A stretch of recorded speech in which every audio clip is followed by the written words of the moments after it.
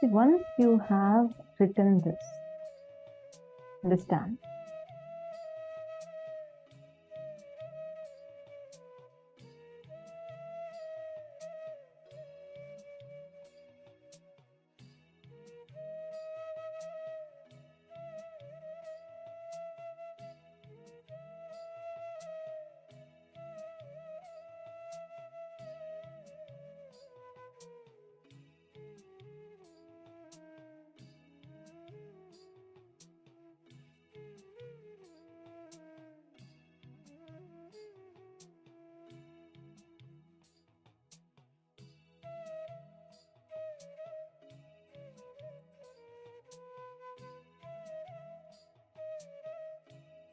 not this is so far.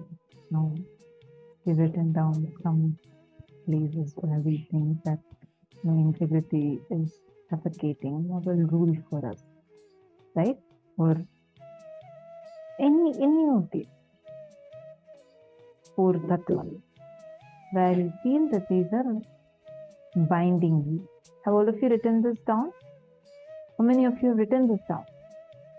Nithyananda, Megha Sharma, Maheshwari Kumar Vinayagam, Martina, Nithyananda. Have all of you written this down? Actually, one of the most important statements Swamiji made when we all are writing this down. Swamiji said, most of the times we think integrity, because we think integrity is more as a moral value, like you have to have good manners, you have to walk, if you have to say please, sorry, thank you, these are all thought as a moral value for us, correct? But as long as you cognize integrity as moral value, you will not see how integrity leads you to Sadashivatva. Integrity makes you manifest Paramashiva inside of you. And as long as you don't see that, you are going to be always using it only as a rule. But as long as thing is a rule, we always tend to break it. And at some point, we will follow the letter but forget the spirit. Swamiji tells beautifully, power manifestation makes you manifest integrity. Most of us think only when I become integrated, I can manifest power. Swamiji said something very beautiful. Swamiji said, only when you manifest powers do you actually become integrated. It works both ways. The more you manifest powers, the more integrated you become. The more integrated you become, the more you manifest powers. It goes hand in hand. That is why as long as you keep integrity as a blinding moral value, something that just is binding you like a rule. If you break the red signal, you have to pay the traffic charge. Even if a road is empty, you stand there, you wait, you don't break the red signal. But it is not out of the right context. Most of us follow it just to not pay fine. You don't speed because there is a speeding limit. But you don't cross the speeding limit. Why? Because a policeman will come and he will stop you and he'll fine you or probably arrest you. Now, why does that happen? Because we only follow it as a moral value.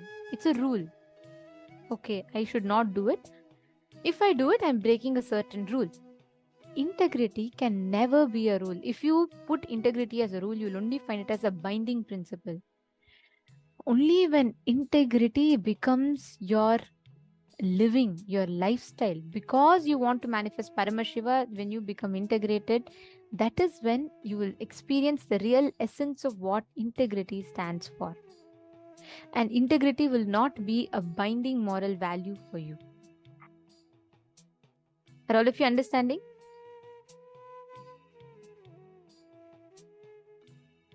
So integrity should always only be something that will again and again align you to your higher definition of yourself, what you cognize as you. So please take a few minutes and pen down all the places. If you have not finished, how many of you have finished writing down?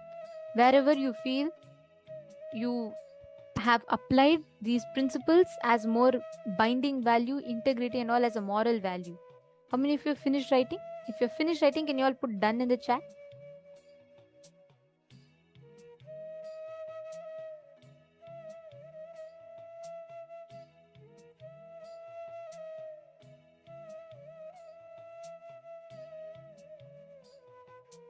Wonderful. Now, in each of those places, that you have written down. All that spots where you feel they are your moral value, binding value, they are all your blind spots, which means you have incompletions in those places. You need to change your very cognitions. You need to complete and manifest this as powerful cognition. Only when you complete, you will realize they are a power. They are not a binding value.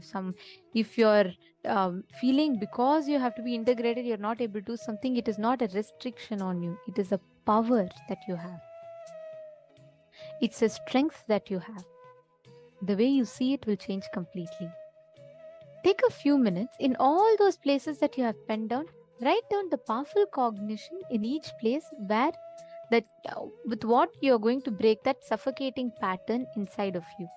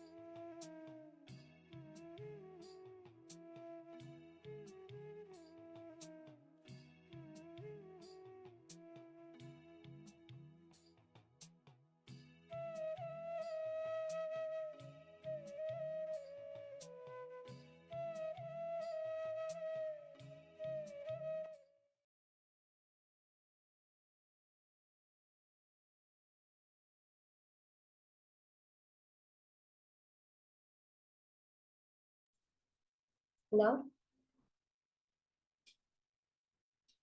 with that powerful cognitions from Swamiji, as Swamiji says, it's the powerful cognition that manifests as a power. With those powerful cognitions, let's enter into the power manifestation session. Let's have one more round of moving the object on a silicon. So as we did in the first round, we kept the object in front of us on a silicon device, whether it's a tablet or a phone or our laptop, any silicon device. So now we'll continue with that round for another round of power manifestation.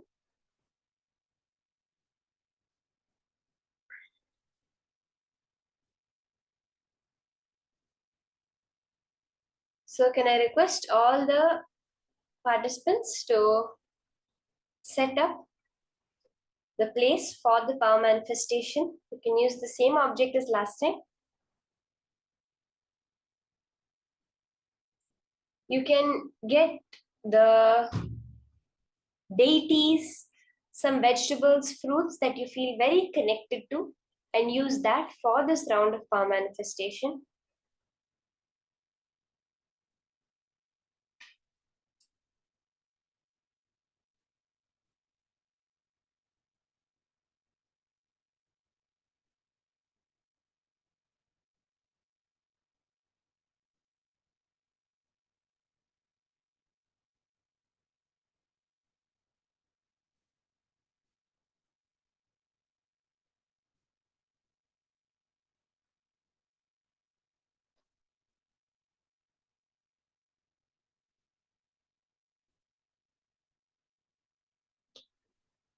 Are we all set up now for this round?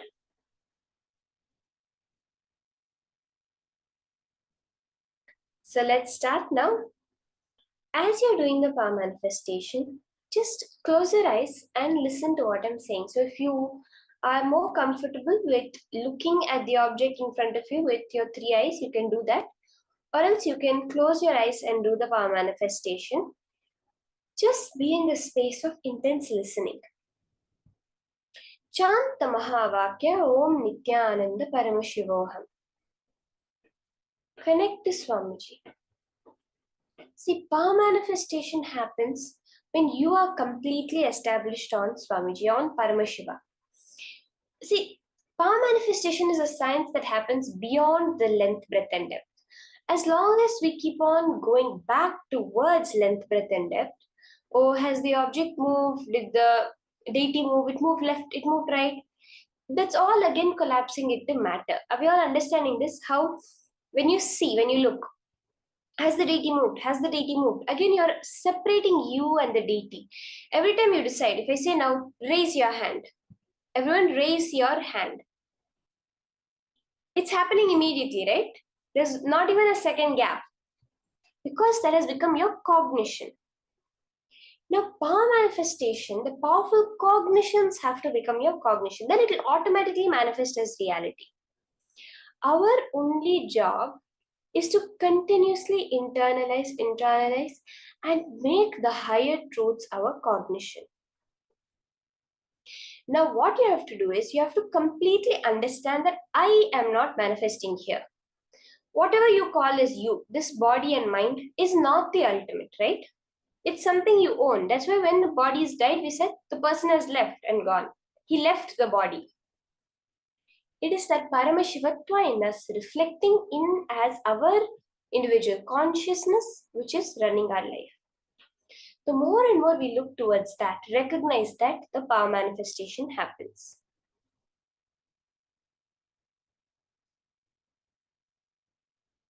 So now as you're doing the power manifestation, again and again, look back. Who is it who's experiencing this? Sit as Paramashiva.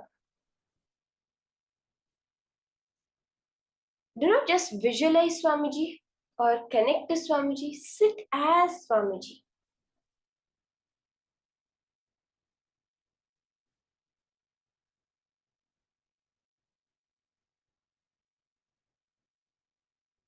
Let's all start. You can sit straight with your head, neck, and spine in a straight line. Connect to Swamiji.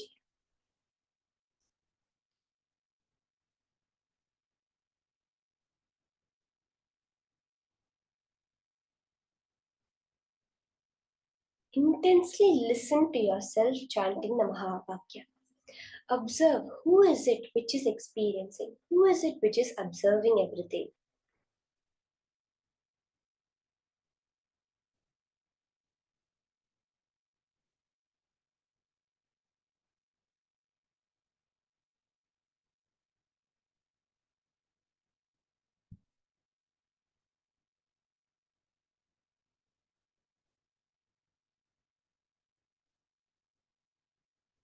Take a video recording or a picture of the whole manifestation so that you are able to verify, you're able to look back and see, yes, the manifestation has happened.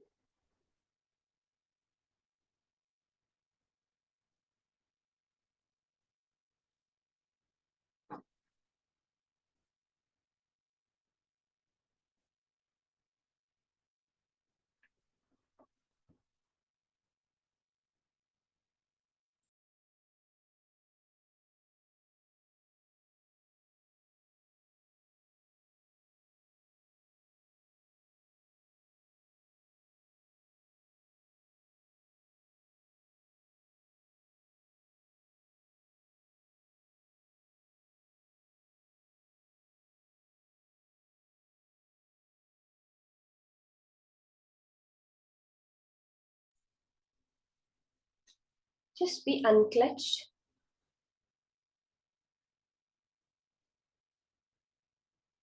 Let your entire awareness listening beyond Paramashiva on Swamiji.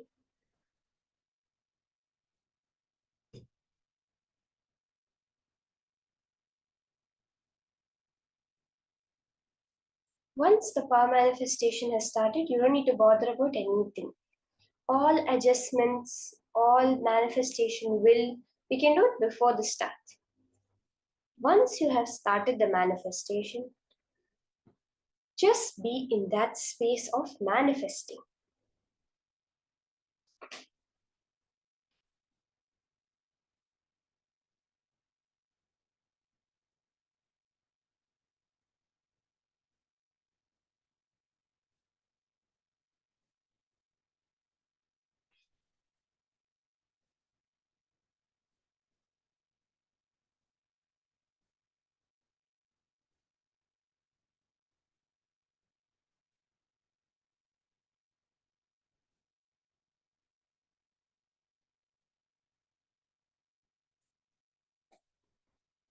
When you connect to Swamiji, when you become Swamiji, all his conclusions, his powerful cognitions manifest as your reality. Once you have made the declaration, go away, unclutch completely from anything related to the external world, the sounds, smells, the thoughts that are coming up. Completely unclutch from all of it.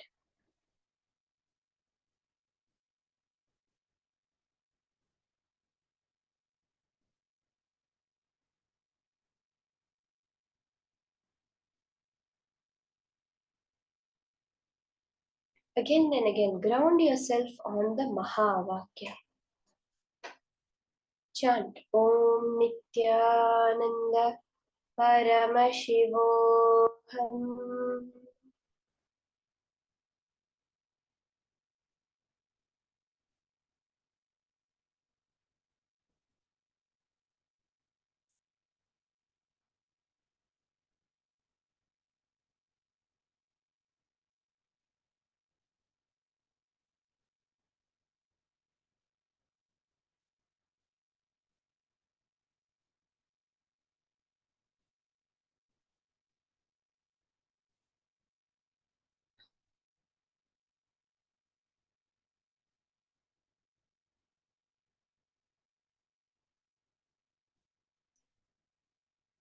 Anything comes up, any thoughts, any emotions, any distractions, Don't feel guilty about it. Don't be like, oh, I missed. No. Just center yourself back on the space of unclutching. Every time, bringing yourself back to the center of the tornado, which is the center of it, but it's untouched by anything happening. Everything revolves around it, but it is untouched.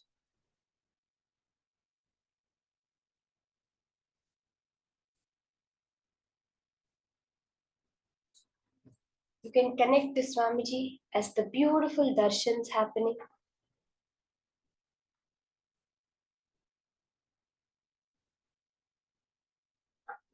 You can connect to your Ishta Devata, any deities that you feel connected to. Not just as a visualization, you physically becoming that deity and sitting.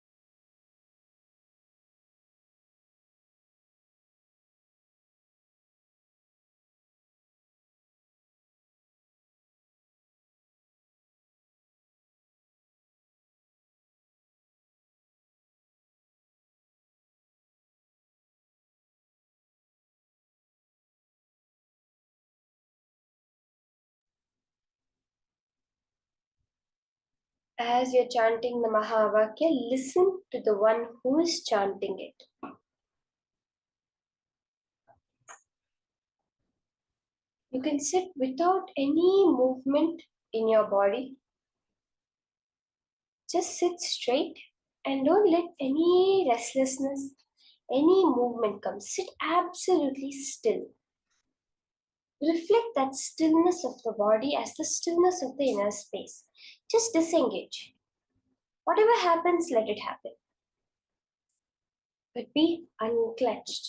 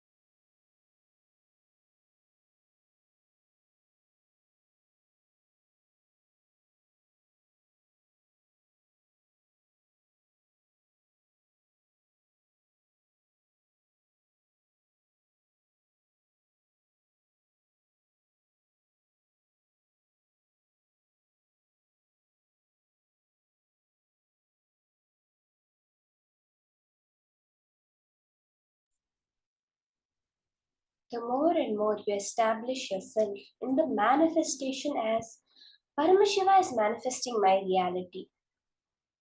Whatever he wants to show me will happen. He is the one who has asked me to sit. Swamiji says, when I ordain, I sustain. Krishna says, Yoga Kshemam Vahamyaham. For the one who completely is thinking of me, Ananyas Chintayantoham, the one who eternally is engaged in contemplation of me, I protect what he has and give him what he doesn't.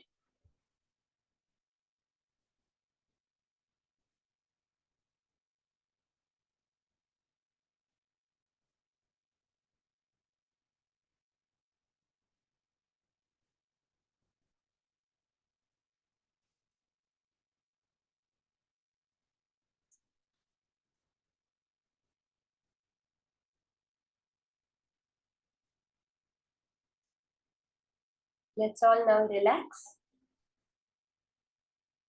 You can check back, look how the manifestation has happened. Take another picture, another video.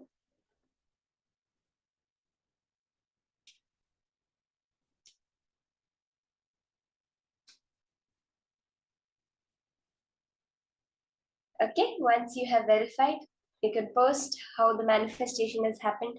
Every time you have a cognition shift, post it and you will see how that cognition shift manifests as powers. Now we're going to be entering into the next session of what's the difference and the understandings of I and mine. The way you define yourself matters a lot, Swamiji says. Discovering who that real I is. Swamiji says, I is the name of God. That individual consciousness is actually a reflection of Paramashiva. But we define it through many other ways based on mind. Based on, I own this body, so I am the body. I own this wealth, so I am rich, etc. So let's now hear the higher powerful cognitions from Swamiji on I and mine.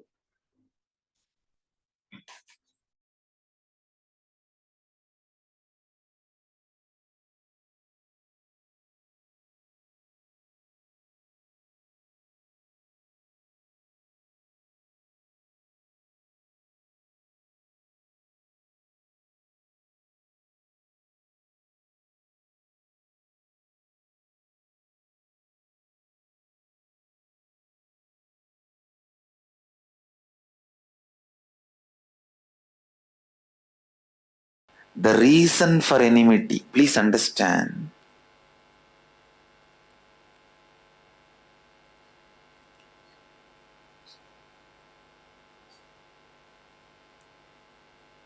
Biggest delusion you need to handle in life is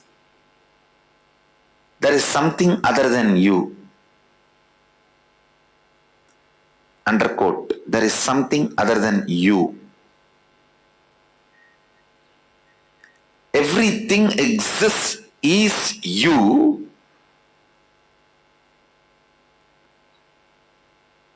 If you feel there is something other than you, that is delusion.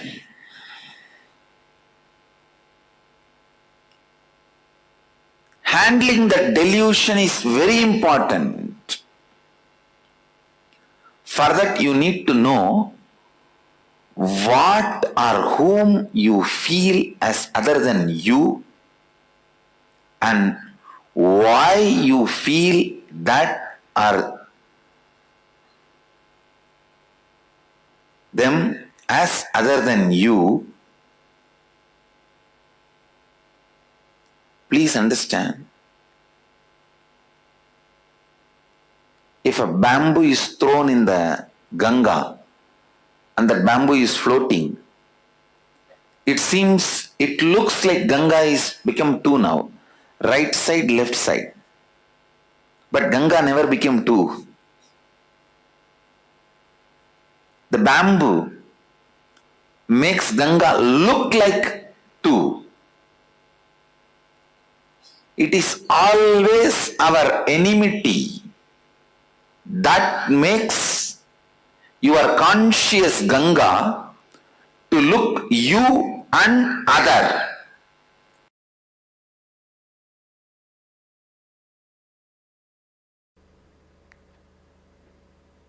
Understand?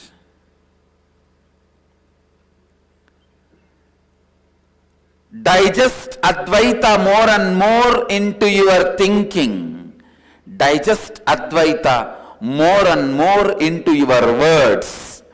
Digest Advaita more and more in your actions. Every simple digestion means even if you make a very simple decision,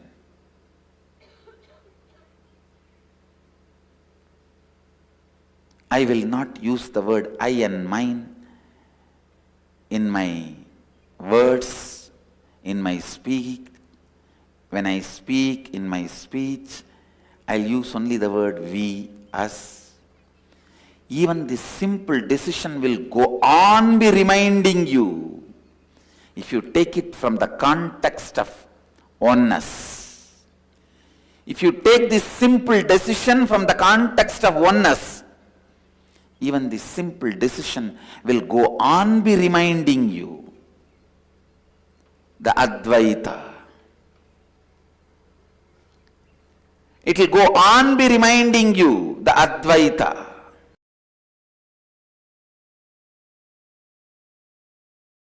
You are all taught wrongly. Arrogance is ego.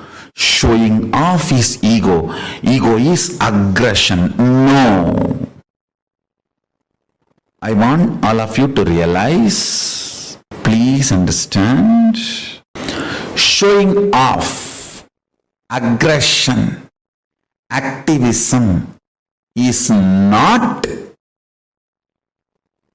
or cannot be thou hold into the concept of ego. That is not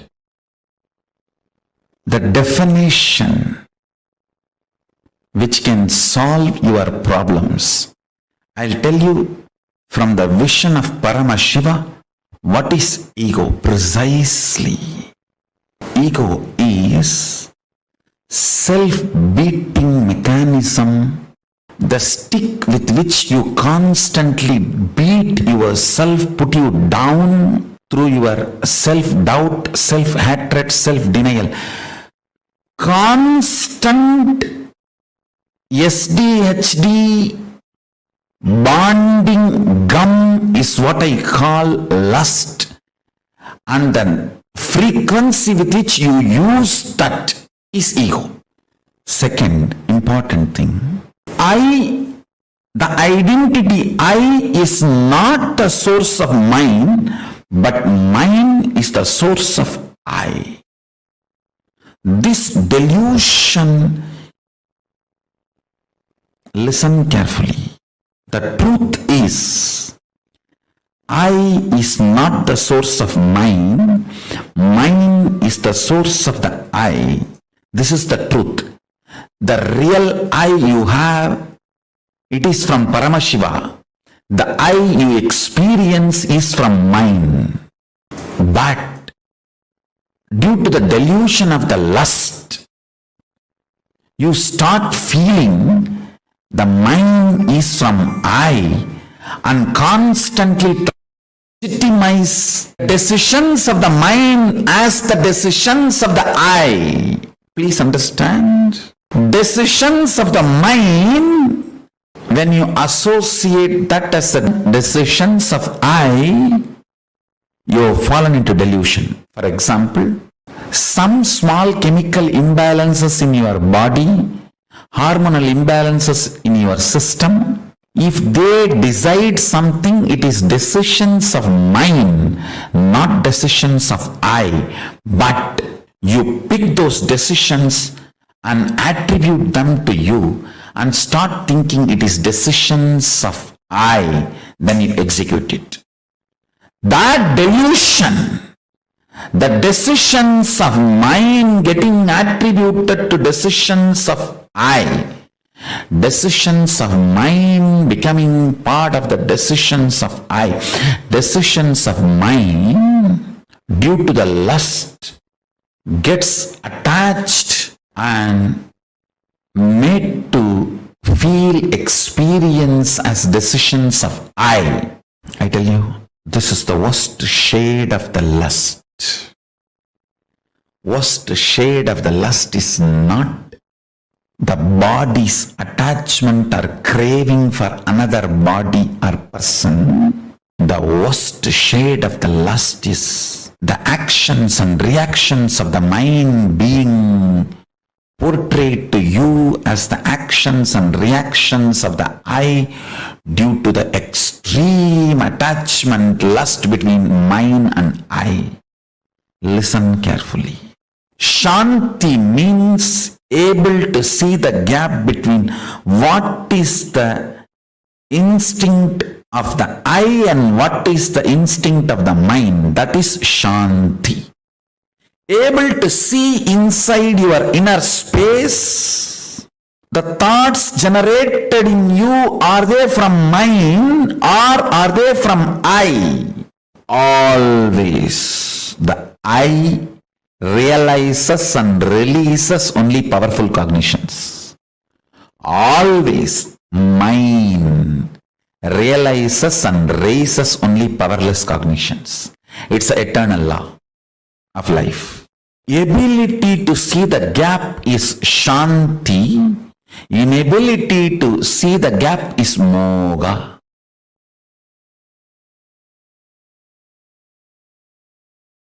The I and mind, these two are the root of all your incompletions. I and mind. People always think the I comes first and then mind happens. No. Mind comes first, then I happens. Based on whatever you cognize as yours, you cognize who you are. Listen.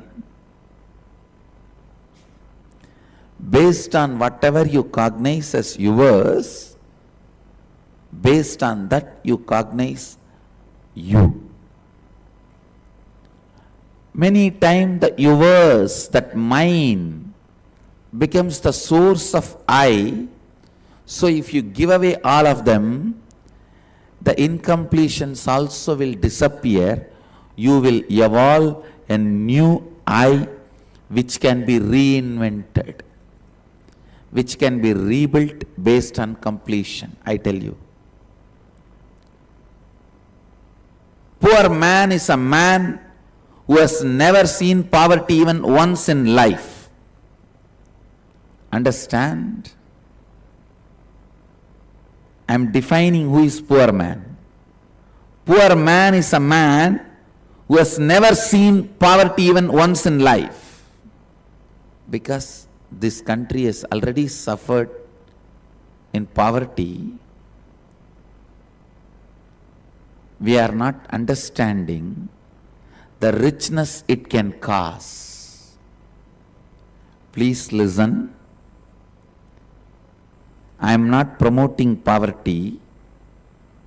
All I am trying to tell you is, even once, if you have not realized poverty, you will not have the free space in your being to reinvent yourself. That is why in the science of enlightenment, at one point you have to break, renounce everything, be in the street empty-handed, till that you don't own anything. Nothing can be the reason for your cognition of I. Your I has to be just dependent on I. The mind cannot be the foundation ground for I. For that understanding to sink in, at least 1 year in your life, you should have been empty-handed, nothing, without anything. No relationship, no friends, no money, nothing. I tell you that 1 year will give you the strength to reinvent who you are. And I can tell you, 9 years of my accepted poverty, self-imposed poverty, not imposed on me forcibly. I may not want to say my Purvashram family is rich, but they are decent. They were able to provide food and clothes and shelter for me. That much they are able to do. But when I renounced all of that, and family, friends, all the known contacts, everything, that 9 years of self-imposed poverty gave me tremendous space to reinvent myself and rebuild the new I from the space of completion. Because of mine, you build I. When that mine is taken away, the I can just be rebuilt. Many people come and tell me, rich guys, filthy rich guys, Swamiji, there was a time I declared bankruptcy. I did not even have food. This scene which I am describing will be a typical part of all big rich guys. There was a time I declared bankruptcy. I did not have anything. There was no friends to help me, nobody to support me. I was homeless. I was begging and eating in the streets. I tell you, that part of the life is a blessing. They may not know, but that is the blessing. Because that is the time when mine is taken away, I melts down, all the incompletions disappear. You will have an inner space where you can reinvent and rebuild yourself from the space of completion.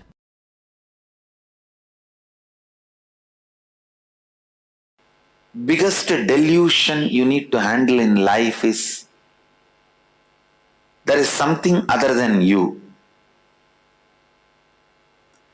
Underquote, there is something other than you.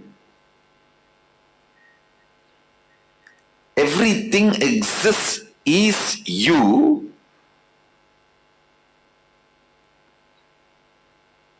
If you feel there is something other than you, that is delusion. Handling that delusion is very important. For that you need to know what or whom you feel as other than you and why you feel that or them as other than you. Please understand, if a bamboo is thrown in the Ganga and that bamboo is floating, it looks like Ganga is become two now, right side, left side. But Ganga never became two. The bamboo makes Ganga look like two. It is always our enmity that makes your conscious Ganga to look you and other.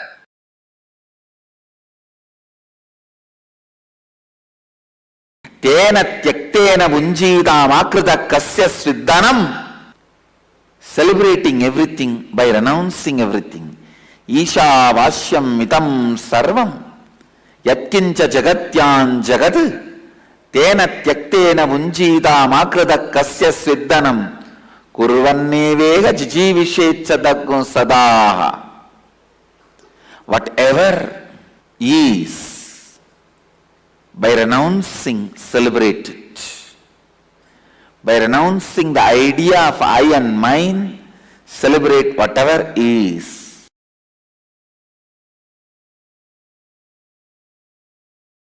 A sublime poet, Isha Vashyam Idagum Sarvam, Yatkincha Jagatyan Jagad, Tena Tyaktena Munjita Makrida Kasya Sviddanam. What a subtle, sublime truth. See, everything exists, is energy. Stop identifying as I and mine with something separate. Renounce this I and mine and be liberated and celebrate and enjoy everything exists.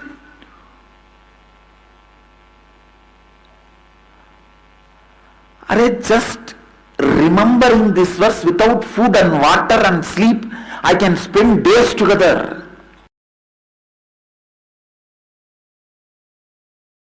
When methods are given, you ask for the gist. When conclusions are given, you ask for the method. It's a human mind. Ishavasya Upanishad gave all the conclusions. Ishavasyam idam sarvam yatkincha jagatyan jagad tena tyaktena bunjita makrida kasya sviddanam. All conclusions.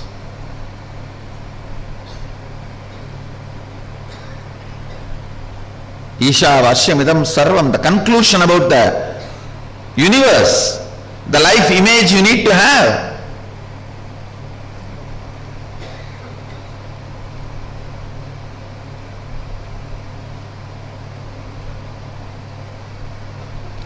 Ishavasya midam sarvam yatkincha jagatyan jagat tena tyaktena vanjita makrida kasya sviddanam. Means the second statement is the conclusion, the relationship you need to have with the universe.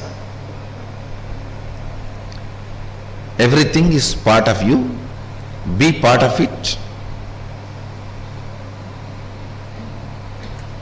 Not having an individual I and mine, celebrate the whole. The whole Ishavasya Upanishad, if you see, conclusions, that's all.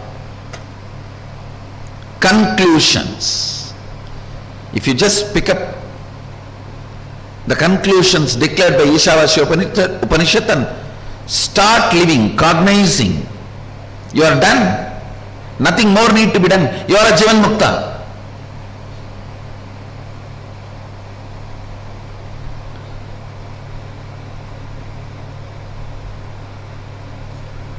But you don't do it with that simplicity, in that simple way. You ask for a method. How everything is God. How? Then comes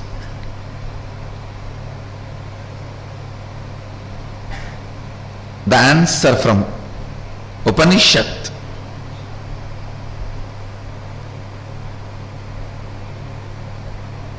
The Kenopanishad. Kenopanishad is a powerful thought current. I should say thought currents, because few more are presented in this. Powerful thought currents. The first thought current presented in Kenopanishad is seeking. Keneshitam padati preshitam manakena prana pratama praiti yuktaha keneshitam vachamimam vadanti chakshushrotram kavu Devo Yunakti.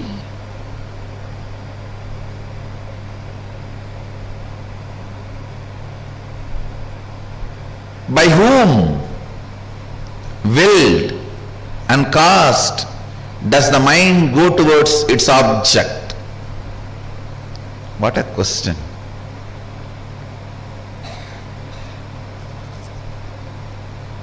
Just by the strength of the question, you know the person who is in front of you is a seeker or poker.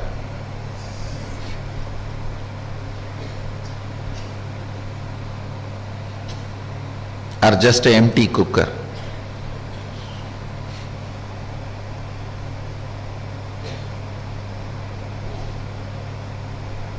By whom? Keneshitam patati preshitam mana kena prana pratama praiti yuktaha. By whom willed and caused does the mind go towards its object? By whom directed and united with which does the first vital life energy, the chief cause, comes forth towards its activities? At whose will does the speech gets activated and speaks? Enlivened and directed by what luminous divine power? Indeed, do the eyes and ears engage in their functions. Understand?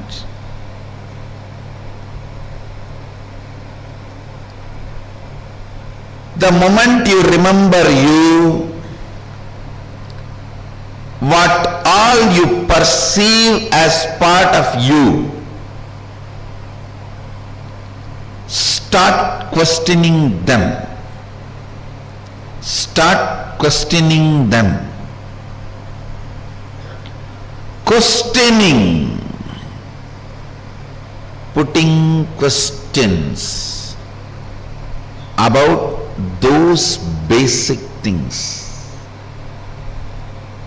Putting questions about those basic things is seeking. Don't assume anything. Understand? The more and more you assume, more and more it shows your ignorance. People who ask answer for their questions are fools. People who understand when I question their answers are the most intelligent beings. Understand, I do two things when people come with question. Sometime I give answers to their questions. Sometime I question their answers. When you put a question, you have certain answers in that question. You have certain conclusions. Based on those conclusions, you put the question. I question those conclusions. I question those answers you have.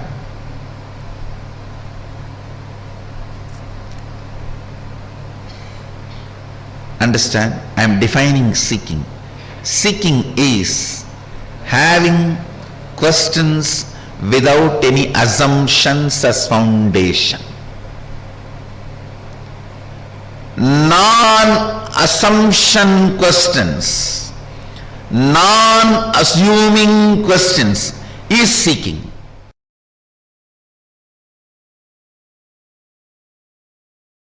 All of us are completely connected in the space of oneness. I am not saying all of us are one. All of us are in the space of oneness. All of us are in the space of oneness. If you see goodness from outside, you are in the space of completion inside. If you see bad things outside, you need to complete inside. Let every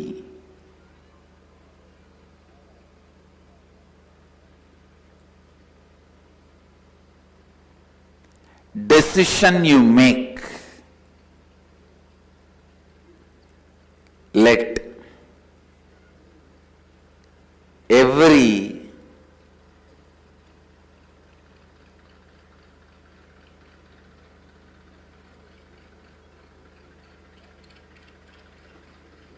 thought you entertain, every word you utter, every action you do,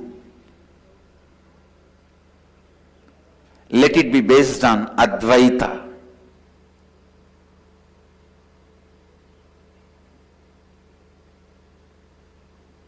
let it be completely based on Advaita.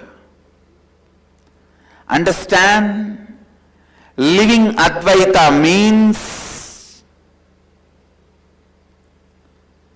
your self-drive, your inspiration, your energy, your experience,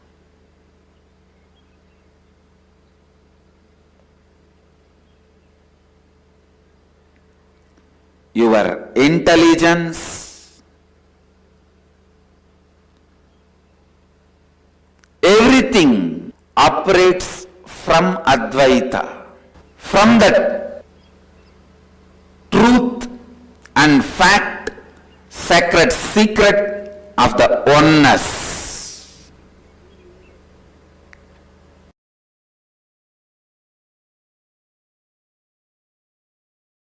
All of us are interconnected. We are all not islands. These are all fundamental truth. I tell you, when you start unclutching, KAILＡSA experiences the joy, bliss of your unclutching.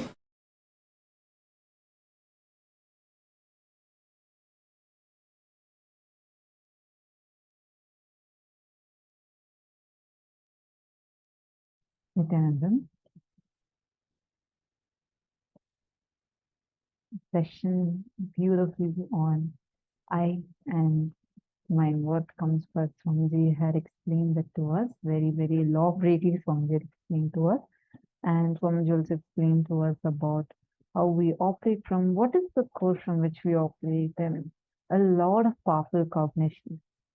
I know today, learning about the science of power manifestation, learning about the cognitions we operate from. See, ego is self-beating mechanism, a stick with which you constantly beat yourself, put yourself down to your self-doubt, self-hatred, self-denial, and constant STHD bonding gum. Like it's just constantly happening inside of us, this is boiling inside of us. So Swamiji explained these very, very beautifully to us. I request all of you to take a few minutes and type out what you have understood. Come on, take a few minutes and type it down.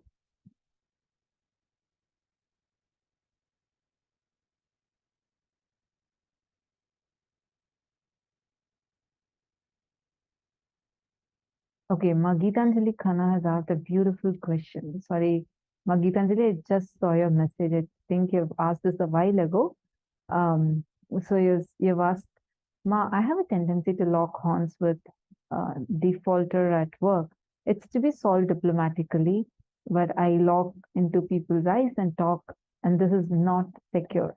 How do I maintain integrity without getting scared? Ma, Gitanjali Khanna, if you're listening, could you please give me a thumbs up? If you're able to hear me clearly, please can you give me a thumbs up?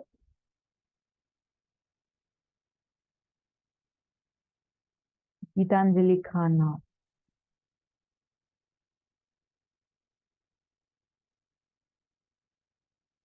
Okay. See, listen carefully. I think your video is frozen. You can message also, Ma Gitanjali Khanna. If you're able to hear me, you can even put a message saying, yes, you're able to hear me, because for me, your video is frozen. See, first and foremost thing, maintaining integrity does not mean you having to deal with someone in a way how you think is righteous. For example, you may think that, look, no, I'm just being straight to them. I'm just wanting to be straight and tell what I feel. I don't want to be very diplomatic. You don't need to be diplomatic, because the moment we use the word diplomacy, we start coming to a thinking that, okay, I need to be something inside and be something else outside. No, there is no necessity for it. You can genuinely be complete inside. So why do you think you have a tendency to lock horns with someone? That's only because you are getting agitated by someone who's defaulting at work. Like you have a tendency, you feel that, hey, you know what you're doing is not right. So I don't feel what you're doing here is something right, and I'm getting triggered by it, and then I react. So that is where this tendency is going to come from. Am I right? Now, you don't need to actually deal this situation in this manner. You can still maintain integrity and still not be in a situation where you need to lock horns with another person. You don't need to get into a conflict with another person. You don't need to be someone else outside for this. You don't need to be having the grudge inside you and try to be, you know what, I just feel like this, trying to sugarcoat our words. We don't need to be that. You can still be integrated, but like you're asking, how do we do that? Understand. First and foremost thing, inside of you, what is getting triggered? Look into that. Why is something external triggering inside of you? Complete the trigger that is happening first. Second, from the space of completion, look at the situation of how you can address it in a way that you can address just the issue. Swamiji says very beautifully, whenever you're stuck with any problem, do not see the cause of it as a person. Put the whole thing on the issue. Only when you focus your energy on the issue will get resolved. Otherwise, when you focus your energy on a person, you only get into conflict with the person.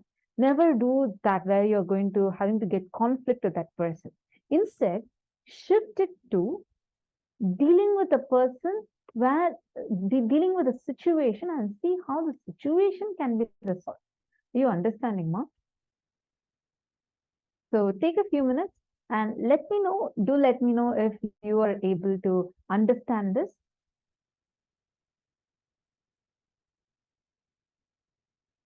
Nithyanandam, Maitreyanandaya, and Raj Guna, and Stephanie Daitiers. Nithyanandam, nice to see many of you joining us on YouTube. Kindly let me know who all are here right now listening to us live, and if any of you have any questions, feel free to post your questions in the live chat. Nithyanandamma, Jnana Vijnana Priya, Agama Priya, Samuel, all the participants who is watching us live through YouTube, kindly let us know if you have any questions too. Now, Swamiji explained to us elaborately on this I and mind. How does I and mind work? How the I does not come first. The mind, what we feel as mind, that comes first. And just to add to this, most of the times, what we define as I, all of you just, what are the way, like, let's say, let me ask you all a question. If I have to ask you all to define yourself, like, what are you? How will you all define yourself? Can each of you define yourself? Like, if I were to ask you, tell me about yourself. What are the attributes that you define yourself with? Can I request everyone to post in the chat? Like, the way you describe yourself. Can I request every one of you to post in the chat?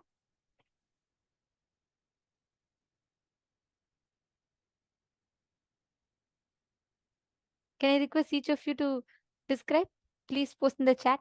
However you will describe. When I ask you, if someone asks you, okay, tell me about yourself. Not necessarily. Ma Prithvi Prasad, it could be anything. It's not just about physical attributes. Just how you would define yourself. It could be even, sometimes you may even describe yourself based on your physical attributes, or sometimes it will be the qualities. Each of you might have a different, so I cannot give like a template. But if you were to describe yourself to someone, let's say someone has not seen you and you have to describe yourself to them, or someone does not know about you.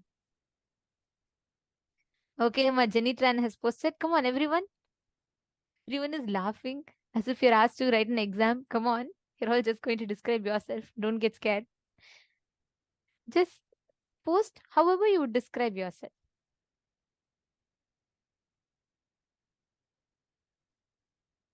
Come on, Ma Nithya.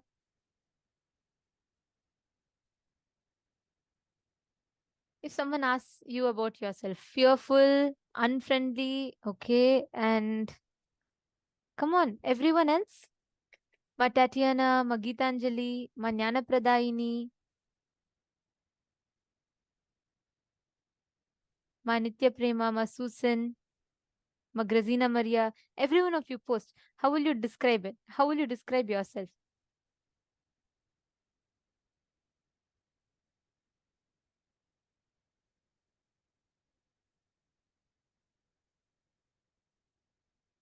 See? Okay, great. I see many of you have posted.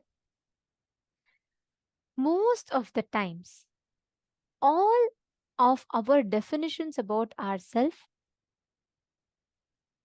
we define based on the attributes of what we have. Because I'm a good singer, because I have a lot of wealth, I am wealthy. Because I have a lot of people, I am friendly. Okay, now let me ask you the second part of the question. Ma Prithvi Prasad, you have also posted, I'm bold and independent girl. Okay, now based on what do you give that definition? What makes you define yourself? Don't feel she's feeling shy. Come on, every one of you defining yourself. Ma Alicia T, what makes you feel you're friendly? Spiritual being. Okay. Ma Jennifer, what makes you feel a spiritual being? Ma Tanja Devarne. Ma Jennifer Poirier, it depends on the context. Okay, let me tell you. Like, imagine I'm going to ask you to explain yourself to a person who doesn't know you, or you're going to introduce yourself somewhere. How will you introduce yourself? The definition that you carry about yourself. How do you define yourself to people? Ma Priyatma Surupini is saying, think it's based on the situation. You remind me of a joke that Swamiji always tells. One guest goes to his friend's house and he sees his young son, and he asks his son, "Oh, you're so sweet. What's your age?" The son says, "I am normally 7 years old, but when I go in the bus alone, I'm 5 years old." Your introduction can't be based on the situation. Just for getting the extra free ticket, the mom makes the child tell he's 5 years old. It should not be like that. Normally, what definition do you carry? Okay, each of you have posted so many different things. Now explain what makes you feel that way about you. Why do you think you're a bold person? Why do you think you're a friendly person?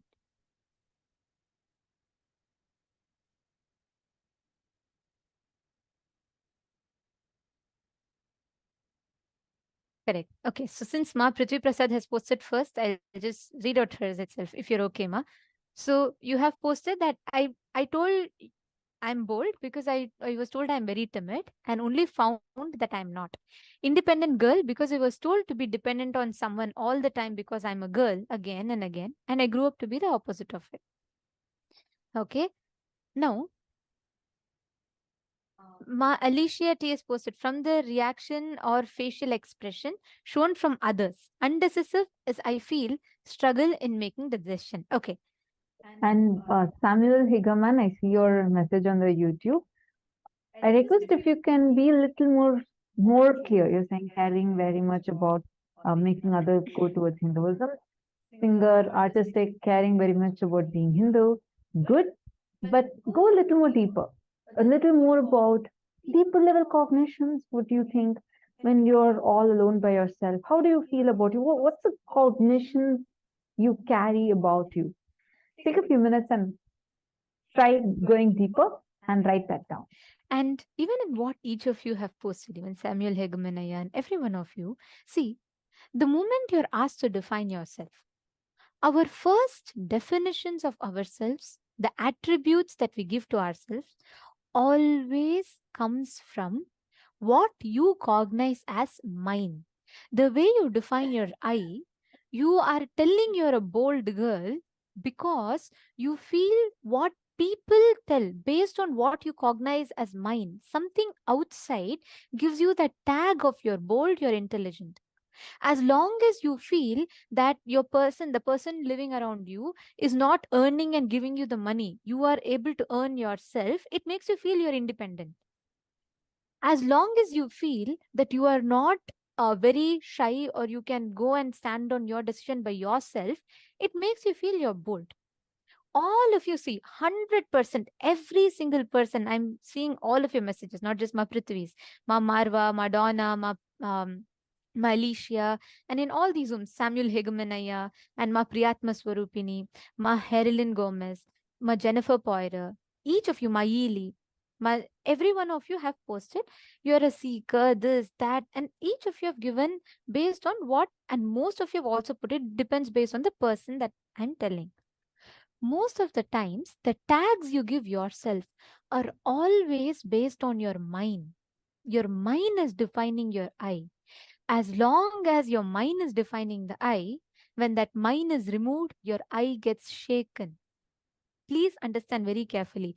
The moment you lose your job, your definition of yourself as independent will be shaken. The moment you lose your voice, the definition of you being a singer, excellent singer, will be shaken. The moment you lose something where you build your definition of intelligence, your I will be shaken. Swamiji, this is one of the most beautiful definitions. We would have never cognized it this way at all. Till the time Swamiji told, I never ever understood it this way. But the moment I cognized it, I was like, oh my God, so true. Why do people fall into depression? If you've seen so many celebrities and actors, once they reach their heights of fame, but even one small movie goes into a flop, they all get into the mode of suicides, and so many things happen. Why? Because 100% of us, all of us, build our I based on our mind. My people celebrate me, so I'm a celebrity. Once I remember Swamiji said, one of the sannyasis had told, like, when Swamiji was supposed to go to a place, there was so much of crowd and people were standing there and for selfies and everything. So they were like, they said Swamiji is a celebrity. Swamiji said, I am not a celebrity. I celebrate my existence. Cosmos celebrates my existence. And that is why people celebrate them, the whole existence around me. Like that, Swamiji said, celebrity is too shallow a word, because as long as people attribute that to you, you define yourself. As long as people follow you on Instagram, you feel you're popular. As long as people keep telling you, I love you, you feel you're loved. As long as you don't, based on some situation, you have defined yourself, and understand all of these are shaky ground. The moment one person, let's say if you have defined yourself as a very independent person, the moment you lose the source of which makes you feel independent, like your job, you're going to fall into depression. Your identity about you being independent will be shaken. Actually, I remember a recent news I read, wherein a couple who they had built their entire Instagram profile showing about how loving couples they were, and some issue over one of them got more followers than the other, and they went into such a conflict. They divorced each other, and one of them killed the other person. So it's like, so the kind of, I know, I was shocked. I couldn't even believe that, like, is it even possible? But unfortunately, when we are grounding ourselves on such shaky ground, you see, here's where mind is forming the I. When they feel, as long as their relationship was defined based on their relationship, it was all good. But when that mind changed to how they project themselves based on the likes they're getting on a social media platform, based on the number of followers they're having on a social media platform, then that became their source of mind, meaning feelings is mind. And from there, when they started building their identity, I, when this mind was shaken, it led to them doing something so cruel, something unthinkable of. Understand, this is extreme. But unfortunately, in our life, in many areas, we take such extreme decisions, fall into extreme, we just crash down on extreme levels when the ground on which we are grounding ourselves is shaky. How many of you have seen kids playing with these cards where they build like a pyramid? You take these playing cards, you stack it up. It's like you get certificates. Oh, I'm a good mother. I'm a good sister. I'm a good daughter. I'm a good friend. I'm a good colleague. I'm a good brother. I'm a good husband. I'm a good wife. You get these certificates from your spouse, from your father, from your mother, from your boss, from your colleague, from your friend. You collect all that and build an identity of yourself and make a beautiful pyramid structure with all those playing cards. You get all these and make it. What will happen even if one fellow just pulls one card out? You just collapse. Like the whole thing just collapses. Am I right? I mean, see, that's how Swamiji will say, right? Like, you just, if, like, we are so unstable. Even if one smile doesn't come from your spouse, enough. You go through 100 times divorce messages in your head. You go through again 200 times patch up, and you go through so much of a thing. Just even not even a smile. Just one message didn't come from your spouse. As soon as you sent a message, poor guy would have been stuck in traffic or been talking something else there. But see, that's what happens when we are grounding ourselves. I'm just giving that as an example for fun, but we need to map it in our lives in different dimensions and see. Like all of us do that. We need to understand how the ground on which we are grounding ourselves is too important. It's quite shaky. How many of you are actually seeing when you all posted the definition of I? How many of you are seeing it is derived from because of something external? How many of you are understanding that your I is defined by the mind? Can you all post the chat? How many of you are catching it?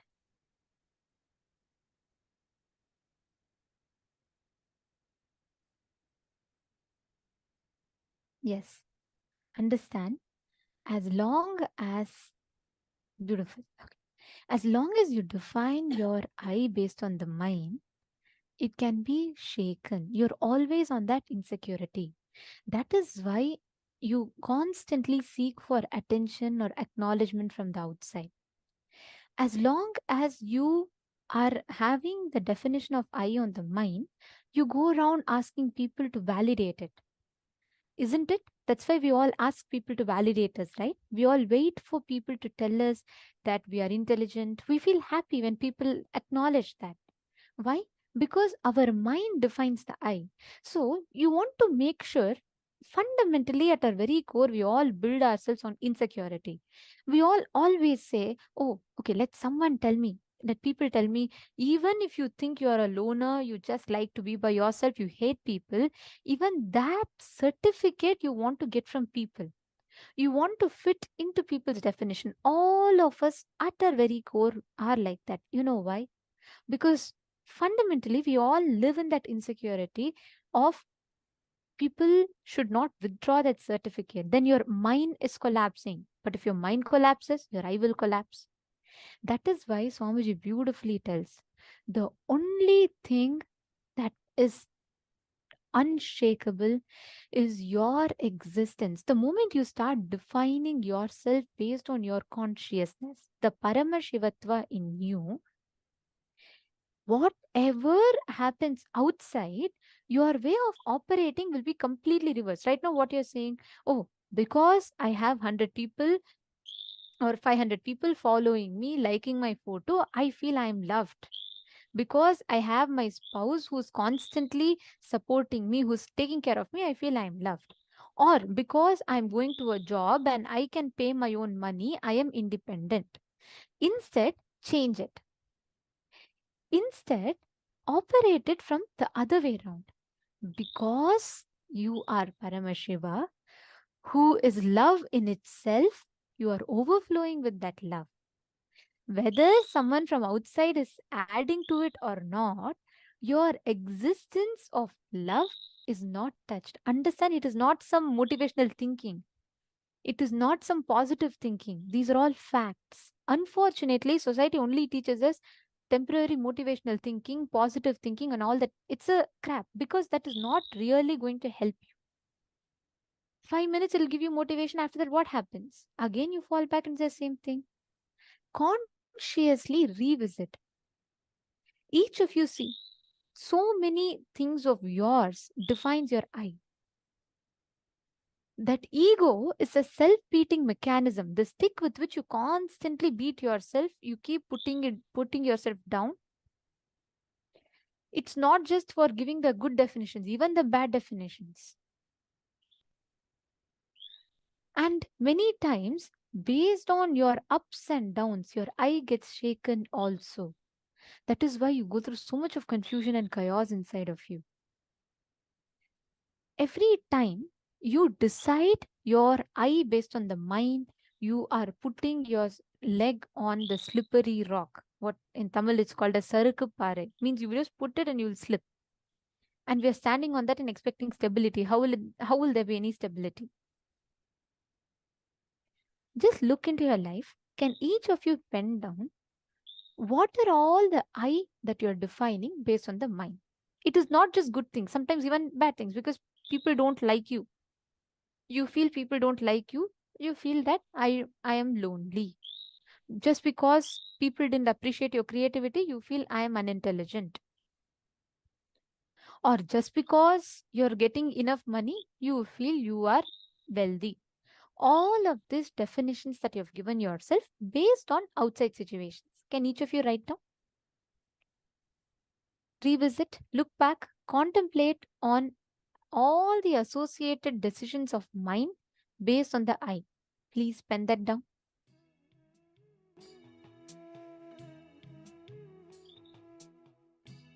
Look back into your life and pen down.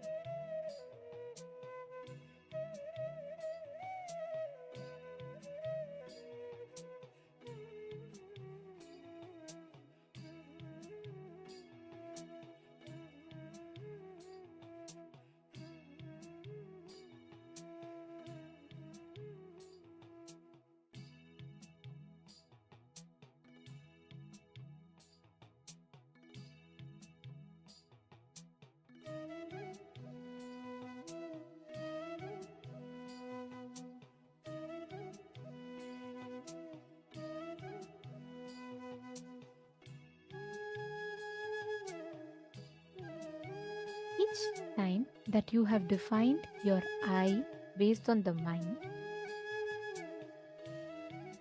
look back. Identify all these times, all these definitions.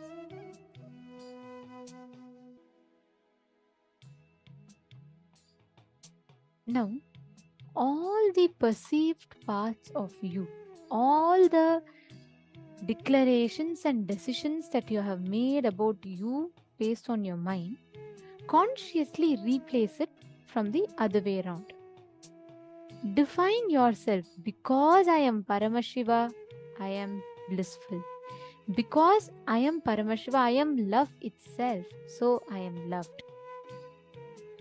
Every part of definition that you have given, rephrase it from the powerful cognition of you being Paramashiva. Revisit all the definitions you've written down now and define each of them with the cognition that I am Paramashiva. I request every one of you to pen down.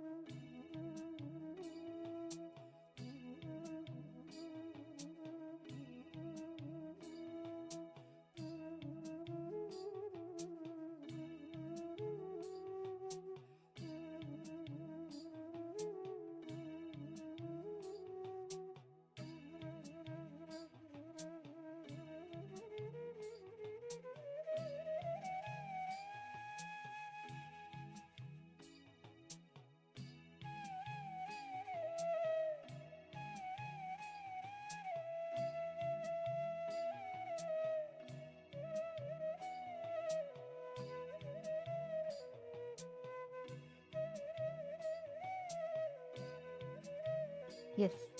Now, if you all have written down, please relax. How many of you finished writing? Could you all please put done in the chat?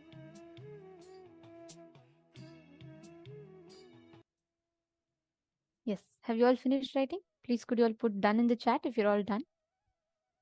Do not skip this exercise. It's a very, see, today all of you are learning about being your own boss. So, this is a very, very important session which will set the fundamentals for you to learn, for you to understand this.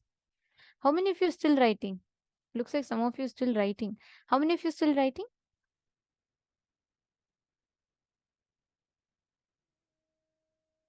Okay.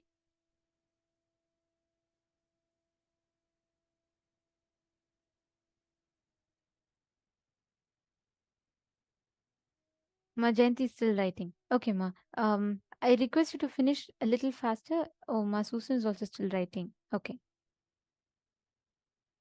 I'll give you all a few more minutes. Let's make it a little bit faster. Please finish writing so that you all don't miss the session. Finish writing this. Ma Hogs is saying, finally understand who is the boss. You are the boss. You are the boss of your life and you have all the power in your hands. You are the decision makers because inside you is the real boss, Paramashiva.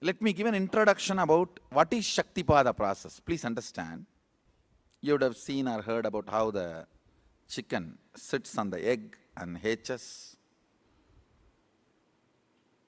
Of course, in the modern countries, this does not happen. Machine sits on the egg and or egg sits on the machine. In those days, originally when hens and chicken were getting produced on the planet Earth, the hen used to sit on the chicken and hen used to sit on the egg, and the chicken will come out of the egg. See, same way, Sadashiva sitting means the ultimate cosmic energy sitting on the individual soul and making the individual soul into cosmic energy is Shaktipada. Hen sitting on the egg and making the chicken happen, same way. You may think, how come, what is going on here? That hen is only sitting just by the body heat of the hen, the egg is becoming chicken. Because no surgery is done and nothing goes inside. It's only sitting. Same way, it is just sitting. It's only the presence, the Shaktipada.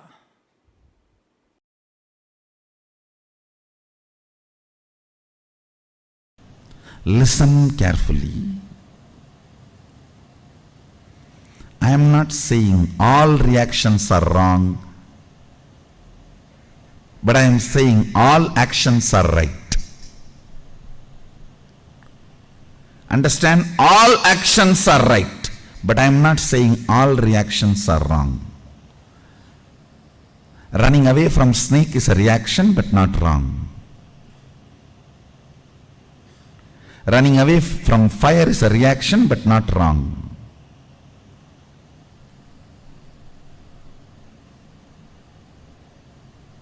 All actions are right, but all reactions are not wrong.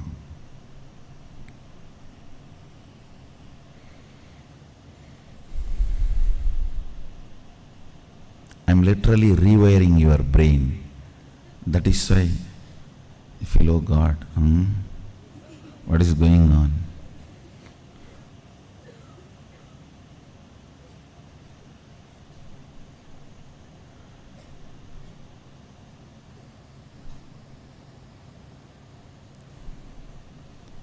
Today, every statement I uttered, if you contemplate, you will develop a thoroughly new neurology.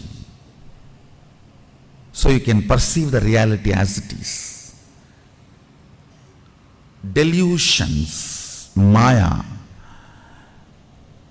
need to be handled with nuclear bomb, not with a surgical instruments. No. It need to be demolished, not surgery performing. No. When I am building a new neurology, that will be done almost like a surgery performance, surgery precision. Not 1 inch this side, 1 inch that side. But when the delusion need to be removed, it's a nuclear bomb. Just drop and destroy the whole area. So that's what I'm doing. Listen carefully. If you are not liberal in your actions, you don't have heart. Means you are not alive. People who are very conservative in their actions are called traditional Vedantis. Already dead, waiting to be buried.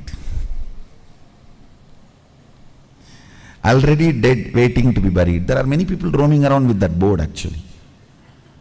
Unfortunately, unseen board, only I can see. Like Harishchandra's wife's Mangal Sutra.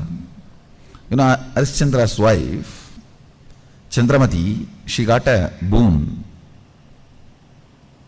Her Mangal Sutra will be seen only by Harishchandra, not by anybody else. So if somebody recognizes her Mangal Sutra, she knows it is Harishchandra. Like that, how Harishchandra's, Chandramati's Mangal Sutra can be recognized only by Harishchandra, only I can recognize that board. Dead, waiting to be buried. Dead 7 years ago, waiting to be buried. Lived only 7 years, waiting to be buried. Even dead 7 years ago, waiting to be buried is a decent board. Lived only 7 years and waiting to be buried is the worst boards. But I have seen enough of these boards. People moving around. In action be liberal means adding more and more depth to you. Understand? Listen, I am making another important statement. A man who celebrates more and more right depth cognitions which makes him do actions is celebrity.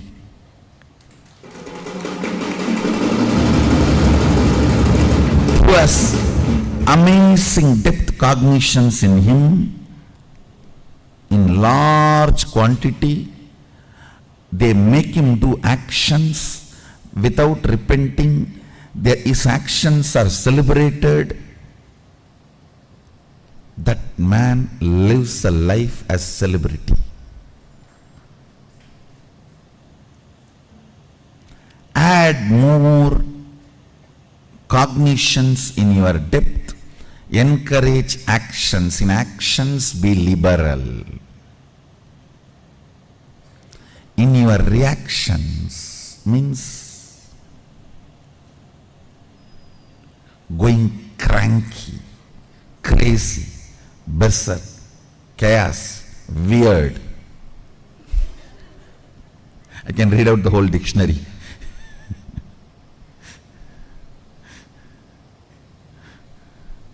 Lusu, cuckoos, Dumbo, Jimbo Mumbo. I can go on. When you are planning to go cranky, dash, dash, dash, dash, dash, dash, dash, be conservative. Have lot of sensor scales. Is this situation really wants me to go cranky? Is this situation really wants me to go crazy? Is this situation really in need of me getting overwhelmed? Is this really demanding that I should get stressed? Only then things can happen. Understand? Every time you get stressed, you wash your neurology with the pitta layer, which takes almost 2-3 hours of bliss to remove the effect. I should say at least 2 hours of bliss, Shaktipada, is required of one stroke of stress. So be very conservative in letting the reactions take over you. The compulsive behavior patterns. Be very conservative about compulsive behavior patterns taking over you. Understand? Unfortunately, when it comes to compulsive behavior patterns taking over you, you are very liberal. When it comes to the actions, you are very conservative. You have 2000 scales, 2000 no entry board, no exit board, and no parking board. No parking, no entry, no exit, U-turn.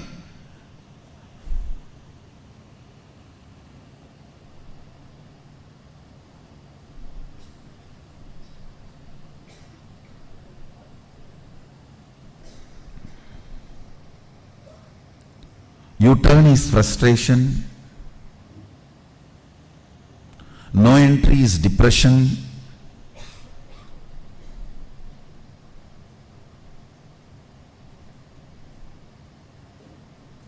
No parking is suicidal.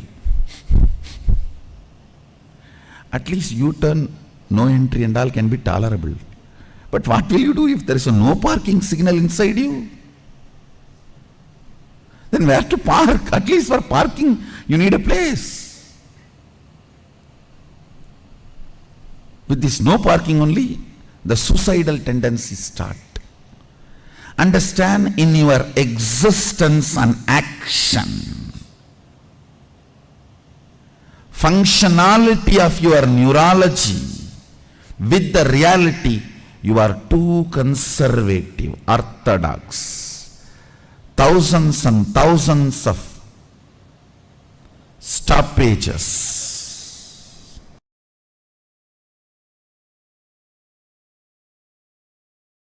Education means fundamentally breaking your restrictive patterns and manifesting your highest possibilities. Understand? Education does not end when you leave school. Uneducated are those who are educated only in school. Uneducated are those who are educated only in school. Poor man is a guy who has only money. Definition of poverty. Man is poor if he has only money.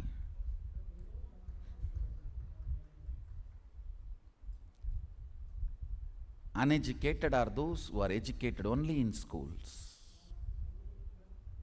Life is education.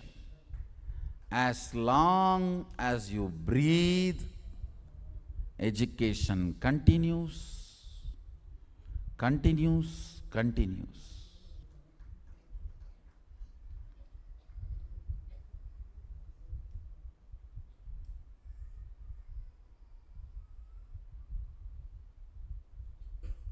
Education continues, continues, continues. I tell you, it's only by education you keep yourself alive. It is education which makes you a mystical being.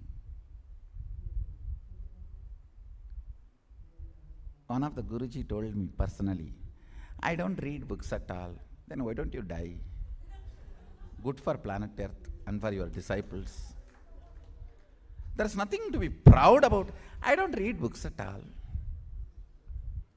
Hey, there are thousands and thousands of people are listening to your stupidity.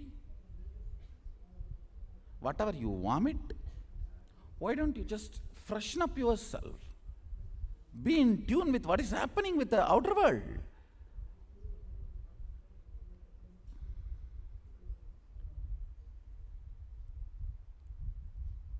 It is like doctor telling, I don't read modern medical journals. I just do what I learnt in 1962. Will you lie down on the table? If you lie down, you will not get up. That sting on that kind of doctors. KAILÄSA. KAILÄSA and KAILÄSA.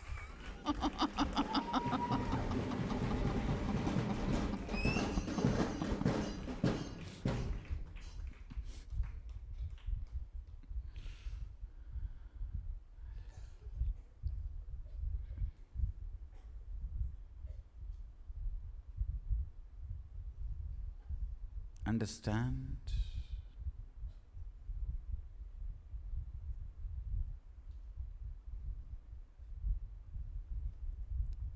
Integrity to your brand and updating yourself with what is happening in the field, in your chosen field, is cute, not ignorance. Ignorance pre-declared does not become intelligence. Understand? Ignorance declared by the self before your discovery does not mean he is intelligent. Of course, the moment he opens his mouth, everyone understands he neither reads nor thinks. But he himself declares, I don't read books, does not make him intelligent. It's not cute. Then don't do this profession. Get lost. There are many professions where you don't need to be updated about yourself and your field.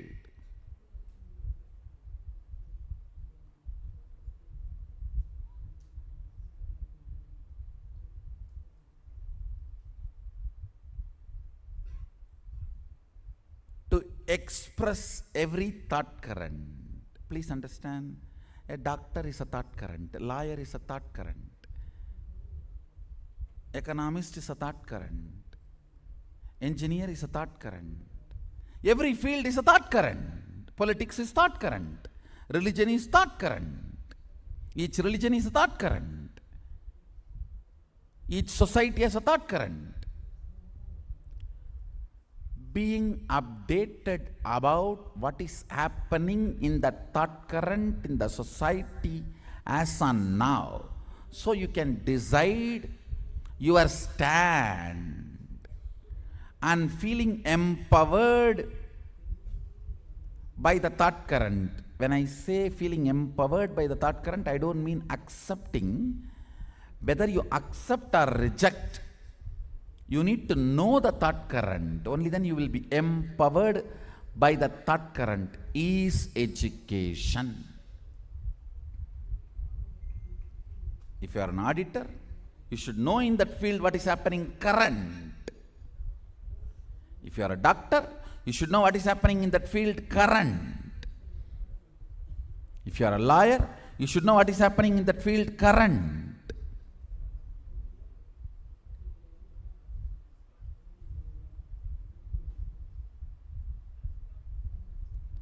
What is happening in that field current and getting empowered by the updations of the current thought current is education.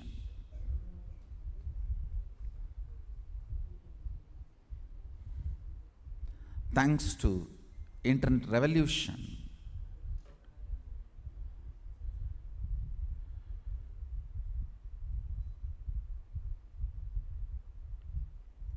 education is simple now.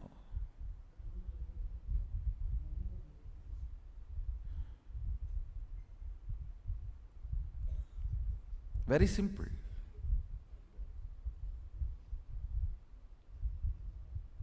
The moment you know what you want to know, you can know at the rate of thought current, literally no cost. Communication and education at the speed of thought current, at zero rate, is already achieved. Zero cost is already achieved. It's time for humanity to evolve itself and upgrade itself, update itself. Understand, if you want to retain the trust of your clients, customers, beneficiaries, you need to be integrated to the updation of the thought current you are living.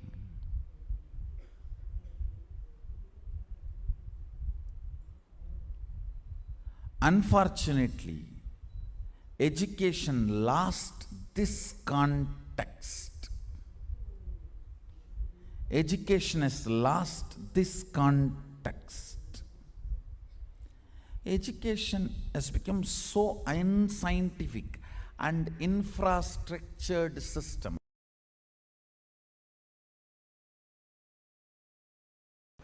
Advaita will give you legitimate answers about the existence and you.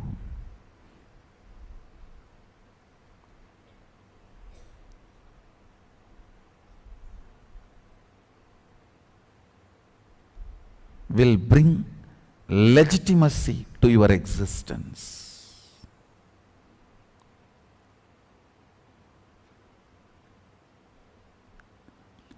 Kids need to be brought up with the foundation of Advaita. Advaita grounds you. It just grounds you. I tell you. Ground yourself in Advaita. No one can cheat you or exploit you.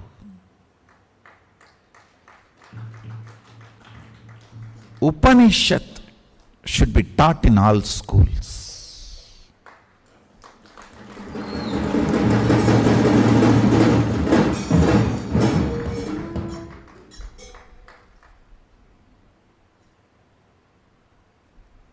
The fundamental truths of Upanishads. A kid, whether he wants just a candy or he is thinking of his future vision, everything he should be grounded on Advaita and cherish and plan. He will be amazingly grounded, I tell you. Advaita makes you loved and wanted with this existence. It will make you feel you are wanted, you are loved, you are cherished. You have a legitimate right to exist.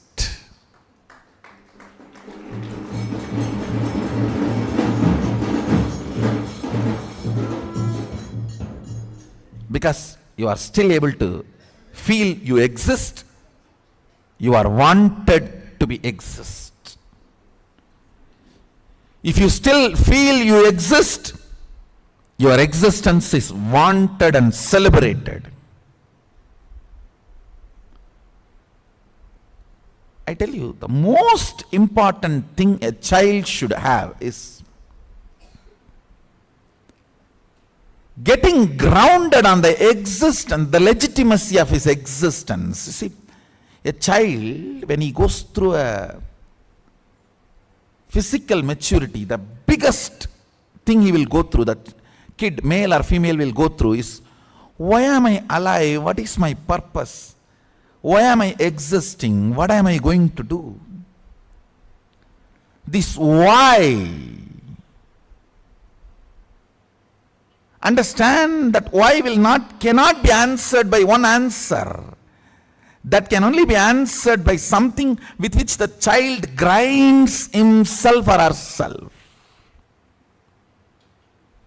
I've seen in villages, to make the grinding stone smooth, they will put the tavdu. Tavdu, I don't know what's the English word. Husk and the lemon juice, they will pour it. And tell the kids only have to sit and grind. To make that grinding stone smooth, if they buy new grinding stone from the shop, it will have the small sharp edges. To clean that up so that it will not get into our food and get into the stomach, they will ask the kids to clean it up. They will put the husk and lemon juice, and we will have to be sitting and grinding it for morning till night. So all that sharp edges of that grinding machine will be cleared. It will become smooth, and then they will throw this away, clean it up, and then they will start using for all the cooking or the grinding the food items.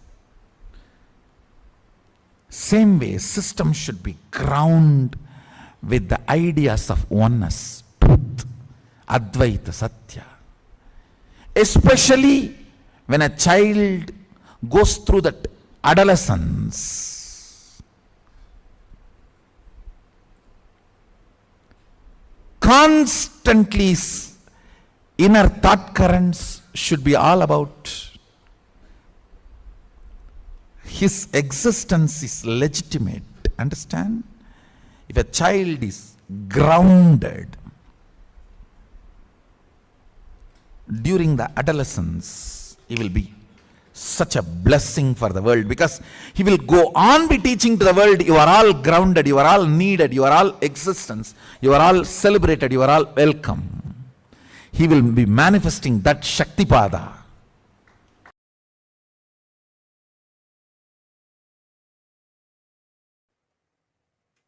conscious sovereignty can be manifested in you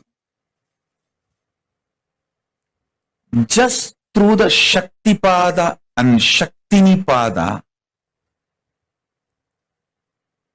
most simplest way. I'm not saying easy or difficult. I'm saying simple. Listen.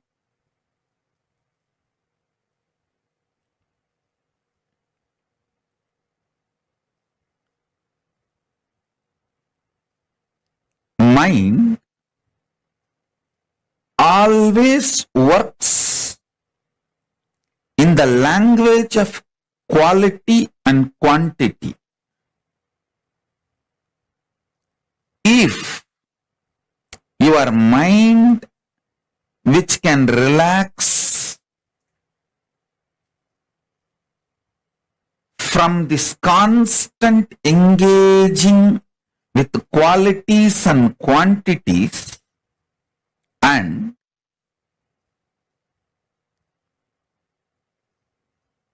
Shaktipada, initiation, happens from the Guru, immediately your being starts experiencing quantum experience. Listen. Because you are constantly engaged in the activities related to quality and quantity, you miss your existence, which can be experienced only in the quantum space. I tell you,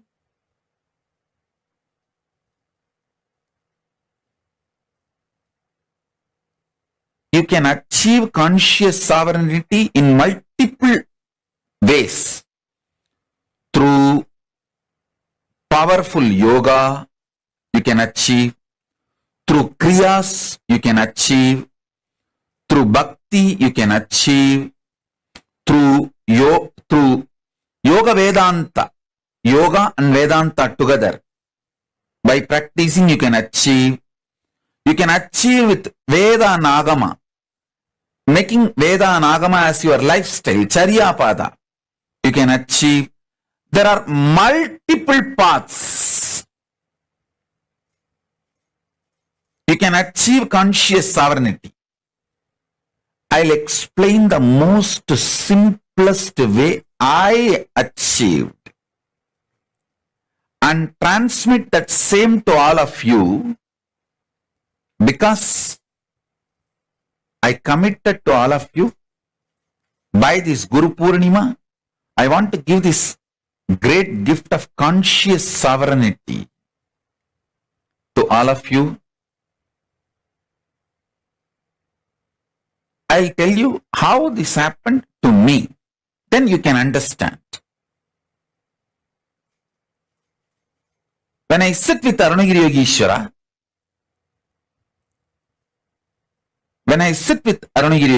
my Guru,